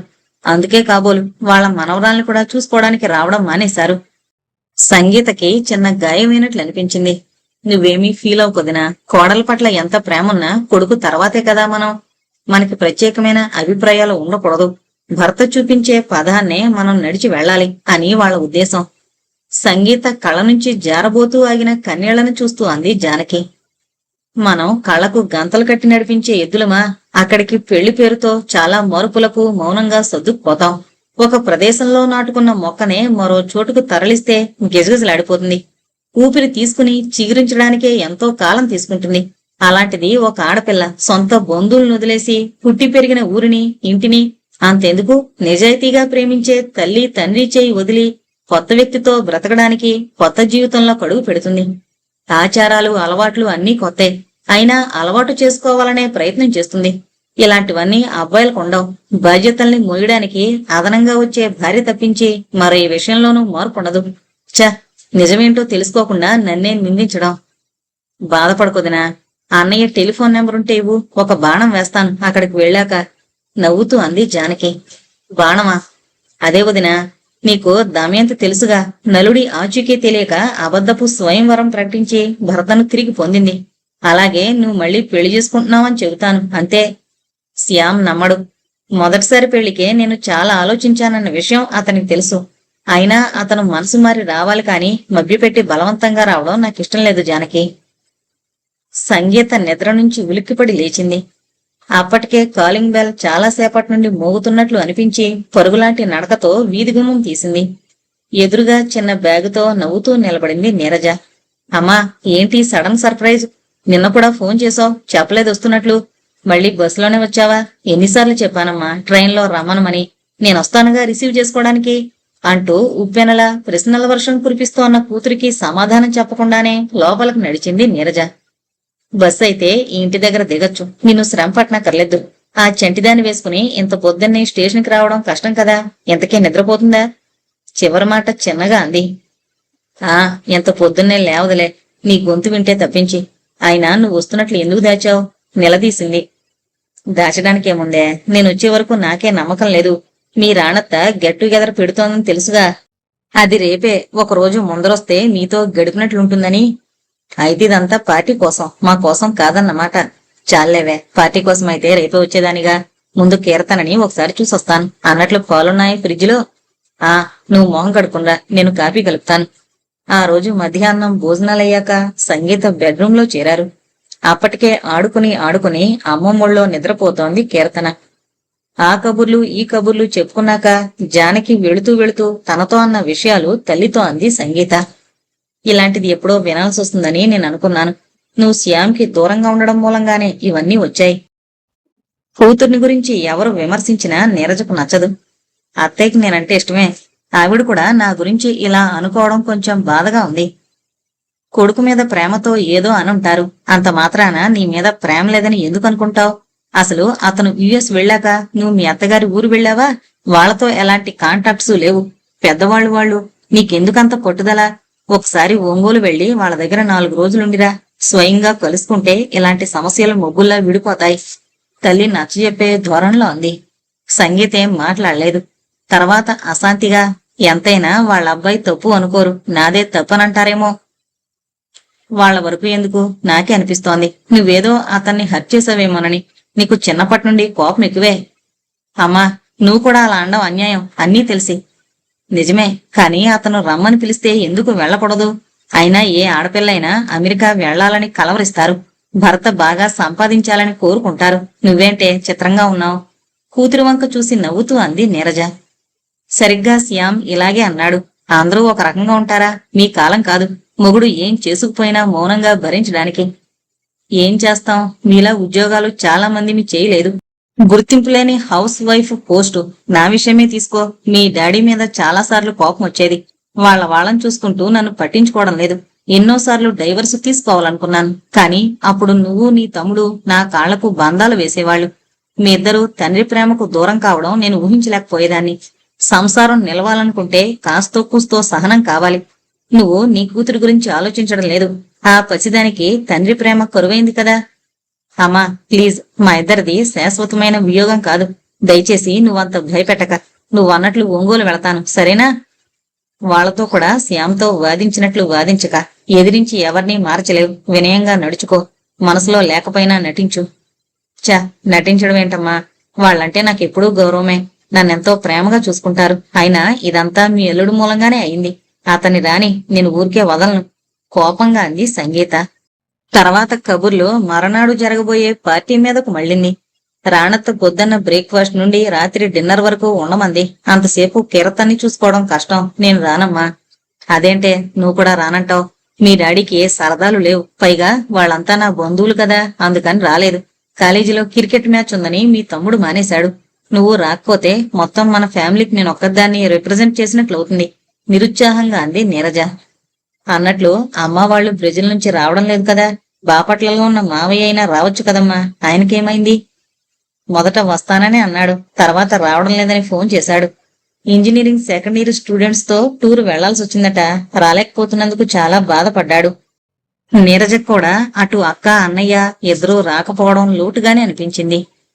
అనుకున్నంత వెంటనే ఒంగోలు వెళ్లడం కుదరలేదు. కీర్తనకు జ్వరం వచ్చింది. అది తగ్గాక స్టూడెంట్స్ కి ఇంటర్నల్స్ కండక్ట్ చేయాల్సి వచ్చింది. మొత్తానికి 2 వారాల తర్వాత గాని ఒంగోలు వెళ్లేందుకు అవకాశం రాలేదు. సంగీత అత్తగారింటికి చేరేసరికి సాయంకాలం అయింది. గుమ్మంలో తాళం వేస్తూ కనిపించారు అత్తామామలు. ఎక్కడికైనా బయలుదేరారా అత్తయ్య అంటూ సంగీతే ముందుగా పలకరించింది. సాయిబాబా మందిరానికి వెళదామని బయలుదేరాం. నువ్వేంటమ్మా, వస్తున్నానని ఫోన్ చేయొచ్చు కదూ, స్టేషన్కి వచ్చేవాళ్ళం. తాళం తీస్తూ నిష్ఠూరంగా అన్నాడు శేషగిరి. బయలుదేరిన మీరు మానేయడం ఎందుకు? మీరు వెళ్ళిరండి. నేను కీర్తన ఈలోగా స్నానం చేసి రిలాక్స్ అవుతాం అంది సంగీత. బాగుంది. రాక నువ్వు వస్తే వదిలేసి వెళ్ళమంటావా? అయినా రేపు అందరం కలిసి వెళదాం అంటూ చనువుగా మనవరాలను అందుకున్నాడు. ఏంటత్తయ్య, కులసాగా ఉన్నారా? అంతవరకు పెదవిప్పని పద్మావతి కోడలు పలకరించేసరికి కొంచెం తడబడింది. మాకేముంది, బాగానే ఉన్నాం. నువ్వే బాగా చిక్కిపోయావు. మీ అత్తగారు లాస్ట్ మంత్ రిటైర్ అయ్యింది. భోజనాలు కాగానే హాల్లో కూర్చున్నారంతా. మామగారు చెప్పిన విషయం ఆశ్చర్యం కలిగించేది కాదు. కాని తనకు ఏమీ చెప్పకుండా దాచడాన్ని బట్టి కొడుకు వెళ్లిపోయాక కోడలతో బాంధవ్యం ఎంత పలచనైందో అర్థమైంది. అత్తయ్య, నన్ను మీరెందుకింత దూరం చేశారు? నా కోసం కాదు, మీ మనవరాల కోసం ఒక్కసారి రావాలని, ఎలా బతుకుతున్నామో చూడాలని కూడా అనిపించలేదా? మీరు రిటైర్ అయిన విషయం కూడా నాకు తెలీదు. నన్ను మీ ఫ్యామిలీ మెంబర్ని కాదనుకున్నారా? సూటిగా అడుగుతున్న కోడల వంక చూడలేక ఒడిలో పడుకున్న మనవరాల్ని పడుకోబెట్టడానికి లోపలికి తీసుకెళ్ళింది పద్మావతి. శ్యాం వెళ్ళాక మీ అత్తగారు బెంగ పెట్టుకుంది. కొడుకు ధ్యాసలో కోడల విషయం మరిచింది. సమర్థించడానికి మామగారు అన్న మాటలు అసంతృప్తిగా అనిపించింది. అత్తగారొచ్చి మౌనంగా కోడల పక్కనే కూర్చుంది. అత్తయ్య, మీ అబ్బాయి స్టేట్స్ వెళ్లడానికి గాని, అక్కడి నుంచి రాకపోవడానికి గాని నేనేమీ కారణం కాదు అంటూ శ్యాం వెళ్లిపోయే ముందర జరిగిన సంఘటనలు, అతను అక్కడికి వెళ్ళాక తామిద్దరి మధ్య అయిన సంభాషణలు ఏదీ దాచకుండా చెప్పింది. కొద్దిసేపు ఎవరూ ఏం మాట్లాడలేదు. వాడు నిన్ను రమ్మనమని పిలుస్తుంటే వెళ్లొచ్చు కదా, నువ్వొక్కదానివే ఇక్కడుండి ఎందుకు కష్టపడాలి? ముందుగా మామగారే అన్నారు. మీరు అందరిలాగానే అంటున్నారు మావయ్య. మీ అబ్బాయి ఏదో ఆఫీసు వాళ్ళు పంపితే వెళ్లారు. ఆ ట్రైనింగ్ పీరియడ్ అవగానే నాతో ఒక్క మాట చెప్పకుండా జాబ్ చేంజ్ అయ్యాడు. నన్ను జాబ్ మానేసి వచ్చేయమంటాడు. నా వైపు ఆలోచించి మాట్లాడండి. నా కెరీర్కి ఒక ముగింపు పలికి అతను ఏ దారి ఎన్నుకుంటే అదే దారిలో నాకిష్టమున్నా లేకపోయినా నీడలా నడిచి వెళ్ళిపోమంటారా? నువ్వెందుకు శ్యామ్ గురించి అలా ఆలోచిస్తున్నావు? భారీగా వాడు బాగా పైకి రావాలని నీకు లేదా? నీ కెరీర్ పాడవుతుందని ఎందుకు అనుకుంటున్నావు? అక్కడికి వెళ్ళాక జాబ్స్ చూసుకో. ఇద్దరూ కలిసి ఎన్నేళ్లు ఉండాలనుకుంటే అన్నేళ్లు ఉండి సంతోషంగా తిరిగి రండి. మా కాలంలో కొడుకులు పెద్ద చదువులు చదివి ఎక్కడ కనిపెంచిన వారిని వదిలి వాళ్ల దారి వాళ్ళు చూసుకుంటారో అనుకుంటూ, మా మామగారైతే మీ మామగారిని స్కూల్ టీచర్ని చేసి ఉన్న ఊళ్ళోనే కట్టేసుకున్నారు. మేము అలా ఆలోచించక కొడుకు పైకి రావడమే మా లక్ష్యం అనుకున్నాం. కాని భార్య వైపు నుండి నువ్వు అడ్డుపడుతున్నావేమిటి? ఆనందించడానికి బదులుగా. పద్మావతి అంతకాలం కోడల మీద దాచుకున్న కోపాన్ని ప్రదర్శించడానికి మొహమాట పడలేదు. మామగారు మౌనంగానే ఉన్నారు. మళ్ళీ పద్మావతి అంది, కలిసి జీవితాంతం ప్రయాణం చేయాల్సిన వాళ్ళు మీరిద్దరూ. వాడు నీ మాట వినలేదని నువ్వు వాడి మాట వినాలని వాడు. ఇలా చిన్న చిన్న విషయాలకు పంతాలతో దూరంగా ఎంతకాలం ఉంటారు? మీ ఇద్దరి మధ్య నలిగిపోతుంది ఆ చిన్నది. దాని గురించి ఆలోచించారా ఎప్పుడైనా? అక్కడికి వాడు ఫోన్ చేసినప్పుడల్లా నీ విషయం అడుగుతూనే ఉంటాం, కానీ వాడేమీ సమాధానం చెప్పడు. అత్తగారు చెప్పడం ఆపగానే సంగీత మౌనంగా లేచి వెళ్లిపోయింది. ఆ రాత్రి శ్యాముని తలుచుకుని మొదటిసారిగా బూరని ఏడ్చింది. నన్ను నేరస్తురాల్ని చేసి నీకేం హ్యాపీగా నవ్వుతున్నావు? గోడ మీదున్న శ్యామ్ ఫోటో వంక చూస్తూ అనుకుంది. ఆ మరునాడు 4 ఏళ్ల అవతలున్న తమ్ముడు గారింటికి తీసుకువెళ్లాడు శేషగిరి కోడల్ని మనవరాలతో. మా తమ్ముడు బాంబేలో వర్క్ చేసి రిటైర్ అయి వచ్చేశాడు. మీ అత్తగారికి సొంత చెల్లెలొచ్చి దగ్గరున్నంత సంతోషంగా ఉంది. వాళ్ళకిద్దరు అబ్బాయిలు. ఒకడు బాంబేలోనే వర్క్ చేస్తున్నాడు, చిన్నవాడు ఆస్ట్రేలియాలో ఉన్నాడు అంటూ ఆ కుటుంబం గురించి చెబుతూనే ఉన్నాడు శేషగిరి. పెళ్లిలో చూశాను నిన్ను. అప్పటికిప్పటికీ నీలో పెద్ద మార్పు లేదు. ఏది కీర్తన, ఇటురా. అక్క రోజుకొకసారైనా మిమ్మల్ని తలుచుకోకుండా ఉండదు అంటూ కీర్తనని ఎత్తుకుంటూ సంగీతని ఆపేక్షగా లోపలికి తీసుకెళ్ళింది చిన్నత్తగారు. మీకెలా తోస్తోందాంటీ? బాంబేలో స్కూల్ టీచర్గా వర్క్ చేసేవారని శ్యామ్ చెప్పాడు అంటూ సంగీత పలకరింపులు పరామర్శలు అయ్యాక అడిగింది. ఏముంది సంగీత, అడాప్టబిలిటీ తప్పదు కదా. పక్కన అక్కయ్య వాళ్ళున్నారు, అదో కాలక్షేపం. 10th చదువుతున్న వాళ్లకు ఇంగ్లీషు, మ్యాథ్స్ ట్యూషన్స్ చెబుతున్నాను. సంగీత విని ఊరుకుంది.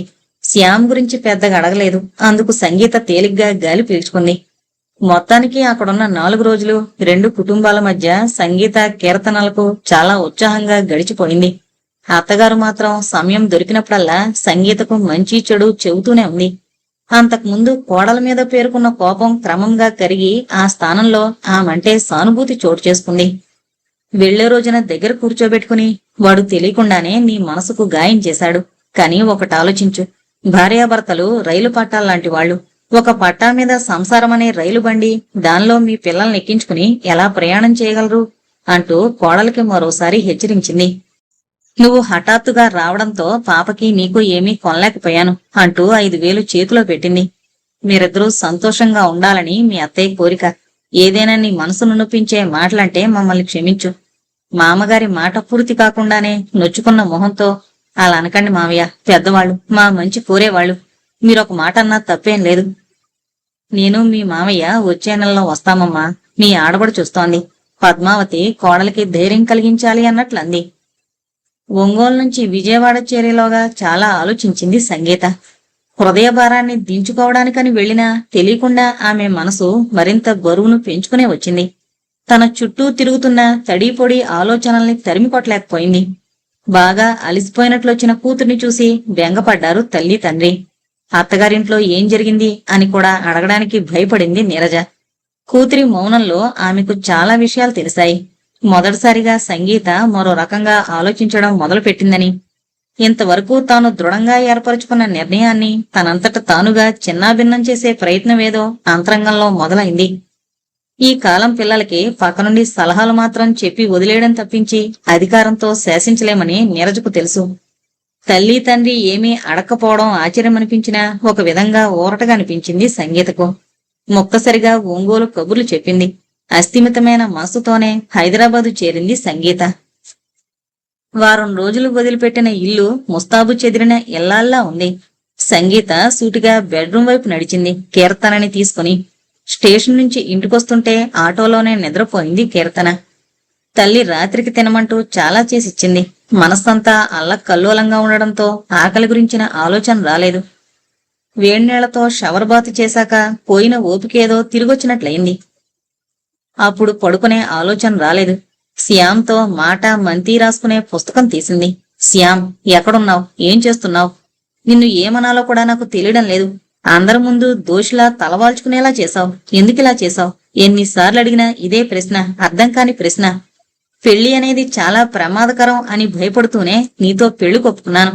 నా భయాలన్నీ తలకిందులు చేస్తూ నా చుట్టూ అందమైన ప్రపంచాన్ని అల్లావు. ఎన్ని మధురమైన అనుభూతులతో నా దోసిళ్లు నింపావు. అప్పుడు నా మనసు ఆలపించిన మధుర గీతాలు ఇంకా వినిపిస్తూనే ఉన్నాయి. జీవితం ఎంత రమ్యమైంది అని మురిసిపోయే సమయంలో ఒక్కసారి ఒంటరితనంలోకి తోసేసి వెళ్లిపోయావు. నువ్వేంటో నాకు అర్థమయ్యావనుకుని భ్రమపడ్డాను. రోడ్డు పక్కనే రోజుకో చోట గుడిసెపాతే బంజారావాడి భార్య కూడా తెలుస్తుంది. రేపు తన భర్త ఎక్కడికి తీసుకువెళుతున్నాడో. నువ్వేంటి శ్యామ్, నిమిషానికో నిర్ణయం, క్షణానికో మార్పు. భార్యాభర్తలు కలిసి వెళ్లాల్సిన గమ్యానికి బదులుగా చెరొక గమ్యం ఎంచుకున్నావు. ఈ ప్రపంచం సరిగ్గా తెలియని కీర్తనకి ఎందుకీ శిక్ష?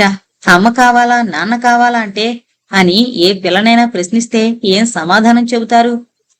మీ పిన్ని చెప్పినట్లు అడాప్టబిలిటీ మనిషికి అవసరం. జానకి చెప్పినట్లు భగవంతుడిచ్చిన జీవితం ఎలా ఉన్నా ప్రేమించాలి. మా అమ్మ చెప్పినట్లు పిల్లల కోసం సంసారంలో సర్దుకుపోవడం నేర్చుకోవాలి. అందుకే మీ వాళ్లను మా వాళ్లను ఆనందపరిచే నిర్ణయం తీసుకున్నాను. నా జాబుకి రాజీనామా చేసి నేను కీర్తన నీ దగ్గరకు వచ్చేస్తున్నాం. త్వరలో నీకు ఈమెయిల్ ఇస్తాను, ఏర్పాట్లు చేసుకో. సంగీత తీసుకున్న నిర్ణయం అమలు చేయడానికి 10 రోజులు పట్టింది. ఆమె మనసు గడియారంలో పెన్యులంలా అటు ఇటు ఊగుతూ కొద్ది రోజులు ఏ నిర్ణయం తీసుకోలేకపోయింది. ఆ సమయంలోనే మధురిమ, దినేష్ జాబ్స్ రిజైన్ చేసి ఆస్ట్రేలియా వెళ్లిపోతున్నారు. సెండ్ ఆఫ్ చెప్పడానికి ఫ్రెండ్స్ తో పాటు సంగీత కూడా వెళ్ళింది. నువ్వక్కడికి వెళ్ళాక ఏం చేస్తావు మధురిమ? దినేష్కేగా జాబ్ వచ్చింది. నీ కెరీర్ గురించి ఆలోచించడం లేదా? మధురిమ కాస్త ఒంటరిగా ఉన్నప్పుడు అడిగింది. హౌస్ వైఫ్ జాబ్ ఉందిగా, నవ్వింది మధురిమ. జీతం రాదుగా? సంగీత వింతగా చూస్తూ అంది. దినేష్కి బాగానే వస్తుంది. ఇద్దరికీ చాలదా? మా ఇద్దరిలో ఎవరు అభివృద్ధిలోకి వచ్చినా ఆ ఆనందం ఇద్దరిదీ కాదా అంటూ సమాధానం చెప్పింది. సంగీత మౌనంగా ఉండిపోయింది. గీత, నేను చాలా రోజుల నుంచి నీతో ఒక విషయం చెప్పాలనుకుంటున్నాను. నువ్వు పంతానికి పోయి శ్యామిని వదిలేస్తే అతనక్కడ ఎవరినైనా పెళ్లి చేసుకుని అక్కడే సెటిల్ అవుతాడు. సంగీత చాలా అసహనంగా చూసింది. చచ్చా, శ్యామ్ అలా ఎప్పటికీ చేయడు. అతని ప్రేమలోని నిజాయితీ నాకు తెలుసు అంటూ గట్టిగా ఖండించింది. అయితే స్నేహితురాలు వదిలిన బాణం సంగీత మనసును మరింత అశాంతిపాలు చేసింది. ఫలితంగా రాజీనామా లెటర్తో కాలేజీకి వెళ్ళింది మరనాడు. ప్రిన్సిపాల్ రూమ్ లోకి వెళుతుంటే దారిలోనే ఎదురయ్యాడు అటెండర్. ఈ రోజు ప్రిన్సిపాల్ లీవ్ లో ఉన్నారు అంటూ అడగకుండానే చెప్పాడు. ముహూర్తం బాగాలేదు అని మనసులో అనుకుంటూ రిజిగ్నేషన్ పేపర్ ని హ్యాండ్ బ్యాగ్ లోకి తోసింది సంగీత. అస్థిమితమైన మనసుతో సాయంకాలం వరకు గడిపి రోజు కంటే త్వరగానే ఇంటికి చేరింది సంగీత. కారు అపార్ట్మెంట్స్ వైపు తిరుగుతుండగానే భాగ్యం బయటకు వెళ్లిపోతూ కనిపించింది. అది చూడగానే సంగీత మనసు కంగారు పడింది. తను ఇంటికి రాకుండానే వెళ్లిపోతుంది. కీర్తనని ఏం చేసింది? ఒకవేళ అమ్మగాని వచ్చిందా? రకరకాల ఆలోచనలతో ఇల్లు చేరింది. ఇంటి తలుపులు దగ్గరగా వేసున్నాయి. తలుపు మీద చెయ్యి వేసి విసురుగా లోపలికి నెట్టింది. బెడ్రూంలో నుంచి కీర్తన నవ్వులు తెరలు తెరలుగా వినిపిస్తున్నాయి. అమ్మొచ్చుంటుంది, లేకపోతే కీర్తన అంత హాయిగా నవ్వదు. నిశ్చింతగా లోపలకు నడిచింది సంగీత. హాల్లో ఎదురుగా పెద్ద పెద్ద సూట్ కేసులు 2 హ్యాండ్ లగేజ్ పడేసున్నాయి. వాటి వంక పరిశీలనగా చూస్తూ బెడ్రూమ్ వైపు వెళ్ళింది. శ్యామ్ బెడ్ మీద వెలకిల్లా పడుకునున్నాడు. బ్లూ జీన్స్ మీద తెల్లని కుర్తా వేసుకున్నాడు. మనిషి అప్పుడే ఫ్రిడ్జ్ నుంచి తీసిన యాపిల్లా నిగనిగలాడుతున్నాడు. మరీ లావెక్కకపోయినా అంతకు ముందున్న నాజుకుతనం ఇప్పుడు కనిపించడం లేదు. కీర్తన తండ్రి పొట్ట మీద కూర్చుని షర్టు పీకుతూ కీరింతలు కొడుతోంది. అంటే కీర్తనకింకా తండ్రి గుర్తున్నాడన్నమాట. కనిపిస్తోన్న దృశ్యం కలో నిజమో అర్థం కాక అయోమయంలో పడింది. దానికి తోడు ఆ రోజంతా రకరకాల నిర్ణయాలు తీసుకున్న అలసట మనసంతా నిండుంది. నిశ్శబ్దంగా వచ్చి నిల్చున్న సంగీతను చూస్తూనే ముందు ఆశ్చర్యం, తర్వాత ఆనందం తొంగి చూసింది శ్యామ్లో. హాయ్ సంగీ, నన్ను కీర్తన గుర్తుపట్టేసింది హుషారుగా అన్నాడు శ్యామ్. ఏమని పరిచయం చేసుకున్నావేంటి? అదే సీరియస్ గా చూస్తూ అంది సంగీత. వాళ్ళమ్మకి మొగుణ్ణి అని. ఎప్పటి చిలిపితనం అతని గొంతులో. నవ్వలేదు సంగీత. నయం, మీ నాన్నని అనలేదు. అది వాళ్ళ నాన్నని మరిచిపోయి చాలా రోజులైంది. ఫోన్లే, వాళ్ళమ్మకు గుర్తున్నానుగా, అదే చాలు కూలుగా అన్నాడు శ్యామ్. ఎందుకొచ్చావు? ఎలా ఉన్నామో చూసిపోదామనా? కోపం దాచుకోలేదు సంగీత. శ్యామ్ నవ్వాడు సమాధానంగా. నేను కీర్తన ఇంకా బ్రతికే ఉన్నామన్న ఆలోచన ఇంతకాలానికొచ్చిందన్నమాట. లేకపోతే సంపాదించి అలిసిపోయొచ్చావా? నీ సూట్ కేసులన్నీ భారీగా కనిపిస్తున్నాయి. బంగారంతో నింపుకొచ్చావా? వంగి కీర్తనని శ్యామ్ మీద నుంచి విడదీసి పక్కన కూర్చోబెట్టింది సంగీత. శ్యామ్ అప్పటికి చిరునవ్వే సమాధానం అన్నట్లు చూశాడు. సంగీతకి అతడి మౌనం కోపాన్ని మరో డిగ్రీ పెంచింది. ఏంటలా ఏం తెలియనట్లు అమాయకంగా చూస్తావు? ఎన్ని నిద్రలేని రాత్రులు నీ గురించి ఆలోచిస్తూ అయోమయంగా గడిపానో తెలుసా? ఎంత దుర్మార్గుడు నువ్వు! కాముగా వచ్చి ఏమీ తెలియనట్లు, ఏం చేయనట్లు మా జీవితంలో కలిసిపోదామనుకున్నావా? శ్యామ్ షర్టు పుచ్చుకుని ఊపేస్తూ అంది. ఆమె కోపం ఇంకా చల్లారలేదు. అందుబాటులో ఉన్న పిల్లో తీసుకుని శ్యామ్ మీదకు విసిరేసింది. జరుగుతున్న విషయం అర్థం కాక కెవ్వుమంది కీర్తన. శ్యామ్ వెంటనే కూతుర్ని అనునయిస్తూ, అమ్మ నన్నేం చేదురా, తిడుతోందంతే దగ్గరకు తీసుకున్నాడు. అదేం పట్టించుకోకుండా ఫోన్ చేయడం కూడా మానేసావు ఆఖరికి. నా గొంతు వినాలన్నా అసహ్యం కలిగిందా అంది సంగీత. అప్పుడు సమాధానం చెప్పే ప్రయత్నంలో గొంతు విప్పాడు. నేను ఎప్పుడు ఫోన్ చేసినా నాతో దెబ్బలాటే కదా. నా మాట శాంతం ఎప్పుడూ వినిపించుకోవు. ఎలా ఉన్నావు, తిన్నావా అని అడిగేదానివా? అంతెందుకు, పొద్దట్నుంచి ఏమీ తినలేదు, చాలా ఆకలేస్తోంది. వంటిల్లంతా వెతికాను. నువ్వు పొద్దున తినగా మిగిలినవి ఏమైనా ఉన్నాయేమోనని. ఏమీ దొరకలేదు. శ్యామ్ చాలా జాలిగా అన్నాడు. కుబేరుళ్లా వస్తావనుకున్నాను. కూటికి గతిలేని వాళ్ళ ఈ ఆక్రోశం ఏంటి? అలా దీనంగా చూడకు. 10 నిమిషాల్లో వంట చేసి పెడతాను. అయినా తెలిసిందా, ఎంత సంపాదించుకున్నా కడుపు నింపేది పిడికెడు అన్నమే అని. సంగీత మాటలకు అవునన్నట్లు బుద్ధిగా తాలూపాడు శ్యామ్. కర్మ, నీతో సీరియస్ గా మాట్లాడాలన్నా కష్టమే అని విసుక్కుంటూ వంటింట్లోకి నడిచింది సంగీత. 10 నిమిషాల్లో పొగలు కక్కే ఫిల్టర్ కాఫీతో వచ్చింది. వంటింట్లో గిన్నెల చప్పుడు నేపథ్యంలో సంగీత సనుగుడు సంగీతంలా వినిపిస్తోంది శ్యామ్కి. అతనికిష్టమైన కొత్తిమీర కూరిన మువ్వంకాయ కూర చేసింది. ఇంగువతో తాలింపు పెట్టిన టమోటా చారు పెట్టింది. టమోటా ఉల్లిపాయలు కట్ చేసి పెరుగుతో కలిపి పోపు పెట్టింది. ఇవన్నీ చేసేసరికి రైస్ కుక్కర్లో అన్నం ఉడికి సిద్ధమైంది. అన్నం తినడానికి రావచ్చు అంటూ భర్త చేతిలోంచి కీర్తనని తీసుకుంది. నువ్వు కూడా తినచ్చుగా భయంగా చూస్తూ అన్నాడు. రాకరాకొచ్చిన నా భర్తను చూశాక కడుపు నిండిపోయింది అని ఒక్క నిమిషం ఆగి, అయినా ఇంతకాలం ఒంటరిగానే తిన్నావుగా, కీర్తన పడుకుంటేనే గాని నేను భోంచేయను, నువ్వు తినే అంటూ వంటింట్లో స్టవ్ దగ్గర వేయించి పెట్టిన అప్పడాలను తీసుకురావడానికి లోపలికి వెళ్ళింది. సంగీత వంటిల్లు సర్దుకుని వచ్చేసరికి కీర్తన తండ్రి ఛాతి మీద పడుకుని నిద్రపోతుంది. కీర్తన నన్ను క్షమించేసింది. కూతుర్ని వంగి తీస్తున్న సంగీత వంక చూస్తూ అన్నాడు. మీ ఇద్దరిది రక్త సంబంధం. మనిద్దరిది? చెప్పు, మన బంధానికేమీ విలువ లేకుండా పోయిందా? రెట్టించాడు శ్యామ్. లేదనేగా నువ్వెంతకాలం పట్టించుకోలేదు. కీర్తనని పడుకోబెట్టి బెడ్షీట్ నడుం వరకు కప్పి వెనక్కు తిరుగుతూ అంది సంగీత. ఆమె అక్కడి నుంచి వెళ్లిపోతే తనకు దక్కదేమో అన్నంత ఆతృతతో ఆమెను గట్టిగా లాగి తన పక్కన కూర్చోబెట్టుకున్నాడు శ్యామ్. మొత్తానికి అందర్నీ నీ వైపే తిప్పుకున్నావు సంగీ. ఆ మధ్య అమ్మకి ఫోన్ చేస్తే ముక్కు చివాట్లు పెట్టింది. ఓహో, అందుకు భయపడొచ్చావా? లేదు, నేను వస్తున్నానని చెప్పడానికే ఫోన్ చేశాను. అసలు నా మాట వినిపించుకుంటేనే కదా. మీ అమ్మగారు మాత్రమే నిన్నన్నారు. నన్ను మీ వాళ్ళు మా వాళ్ళు కూడా తిట్టారు. దీనికేమంటావు? నేనేం నేరం చేశానని? చ, ఇక్కడ నీ వాళ్ళకి నా వాళ్ళకి కావలసింది మనిద్దరం కలిసి బ్రతకడం, ఆనందంగా ఉండడం. అంతేకాని మనిద్దరిలో ఎవరు నేరస్తులని ఆరా తీయడం కాదు. భర్త భార్యకి, భార్య భర్తకి తెరిచిన పుస్తకంలా ఉండాలి. అంతేకాని నీ మనసులో ఏముంది నాకు తెలియకపోయాక ఇంకా ఆ రిలేషన్కి అర్థం ఉందా? సంగీత గంభీరంగా అంది. ఎన్నోసార్లు నీకు ఫోన్ చేశాను నా ప్లాన్స్ చెప్పాలనే, కానీ నువ్వు నాకెప్పుడూ అవకాశం ఇవ్వలేదు. సంగీత చివ్వున లేచింది. ఏమైంది? ఎక్కడికి వెళుతున్నావు? శ్యామ్ అయోమయంగా చూశాడు. మీ పేరెంట్స్కి, నా పేరెంట్స్కి ఫోన్ చెయ్యాలి. నేనొచ్చిన గంటకే అందరికీ ఫోన్ చేశాను. అందరూ రేపే బయలుదేరొస్తున్నారట. వాళ్ళు రాగానే నిన్ను నన్ను తిరుపతికి, షిరిడి పంపిస్తారట. అందరూ చాలా మొక్కులు మొక్కేసుకున్నారులా ఉంది నవ్వాడు శ్యామ్. ఈ వయసులో వాళ్ళని ఎంత టెన్షన్ పెట్టావు? ఈ పాపం నిన్ను ఊరికే వదలదు. ఎక్కడ వదిలింది? నీ చేతుల్లో పడ్డాను కదా, అదే చిలిపితనం. నేను చాలా సీరియస్ గా నీతో మాట్లాడాలనుకుంటున్నాను. సంగీత సూటిగా చూస్తూ అంది. అడుగు. సడన్ గా ఎందుకొచ్చావు? రానంతకాలం రాలేదని గొడవ, తీరా వచ్చాక ఎందుకొచ్చావని కోపం. నేను ఇంట్లో లేని సమయం చూసి బాగానే వచ్చావు. మరేం చేయమంటావు సంగీ? నువ్వుంటే నన్ను లోపలకు అడుగు పెట్టనిస్తావా? నా సూట్ కేసు బయటకు విసిరేసి పైనుంచి నన్ను తోసేసి. చాలే ఆపు, నేనేం రాక్షసిని కాదు. అయినా నీతో పాటు ఏ అమ్మాయినో తెచ్చుంటే ఆ పనే చేసేదాన్ని. నవ్వు దాచుకుంటూ అంది సంగీత. అమ్మాయా? అవును, ఎంతకాలం నువ్వు రాకుండా స్వర్గంలా ఉందనేగా అక్కడుండిపోయావు.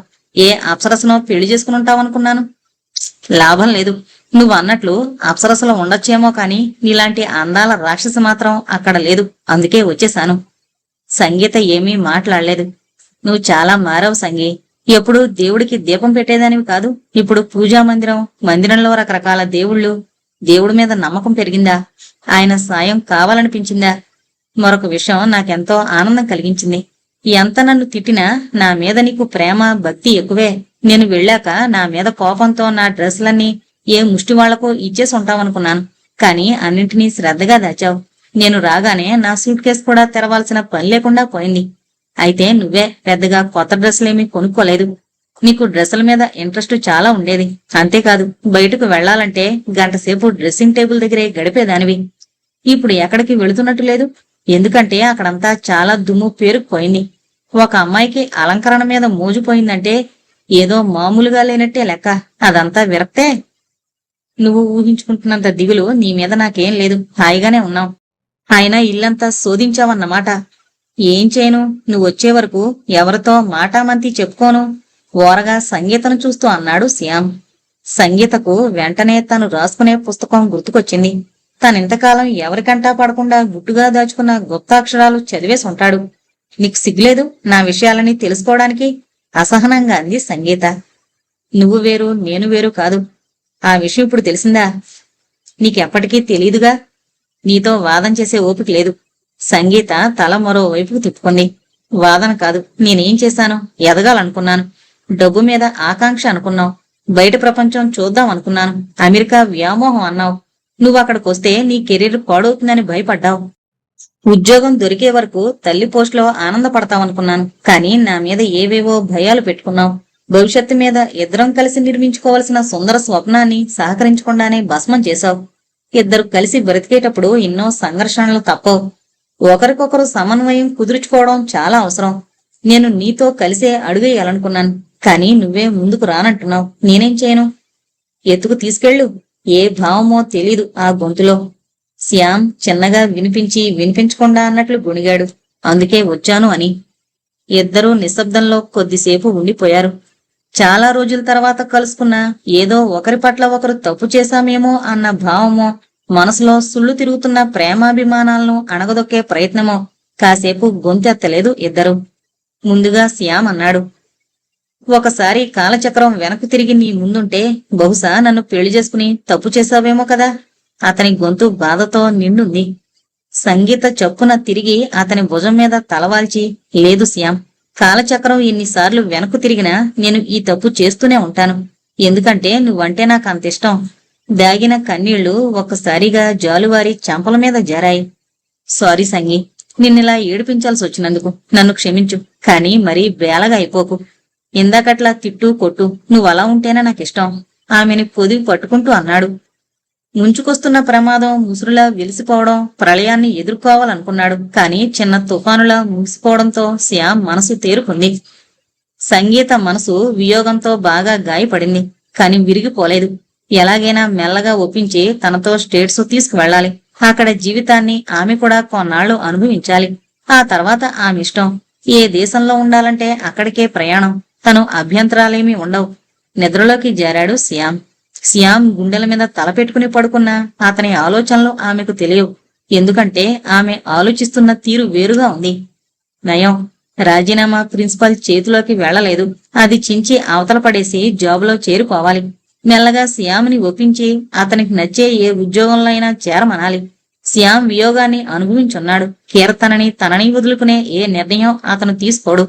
ఏది ఏమైనా తనని సపోర్ట్ చేయడానికి ఇటు పెద్దలు అటు పెద్దలు ఉన్నారు అనుకుంటూ తృప్తిగా నిద్రపోయింది సంగీత. రేపు వాళ్ల భవిష్యత్తు ఎలా ఉంటుందో చెప్పలేం. కానీ వియోగం నుంచి బయటపడ్డ ఈ ఇద్దరి మనసుల్లో వెలిగిన గోరంత చిన్న దీపం చాలు ముందు బాటకు దారి చూపించడానికి. ఇంతటితో అందాల రాక్షసి అనే నవల కంప్లీట్ అయిందండి. దయచేసి మన ఛానల్ను సబ్స్క్రైబ్ చేసుకోగలరు. Thank you.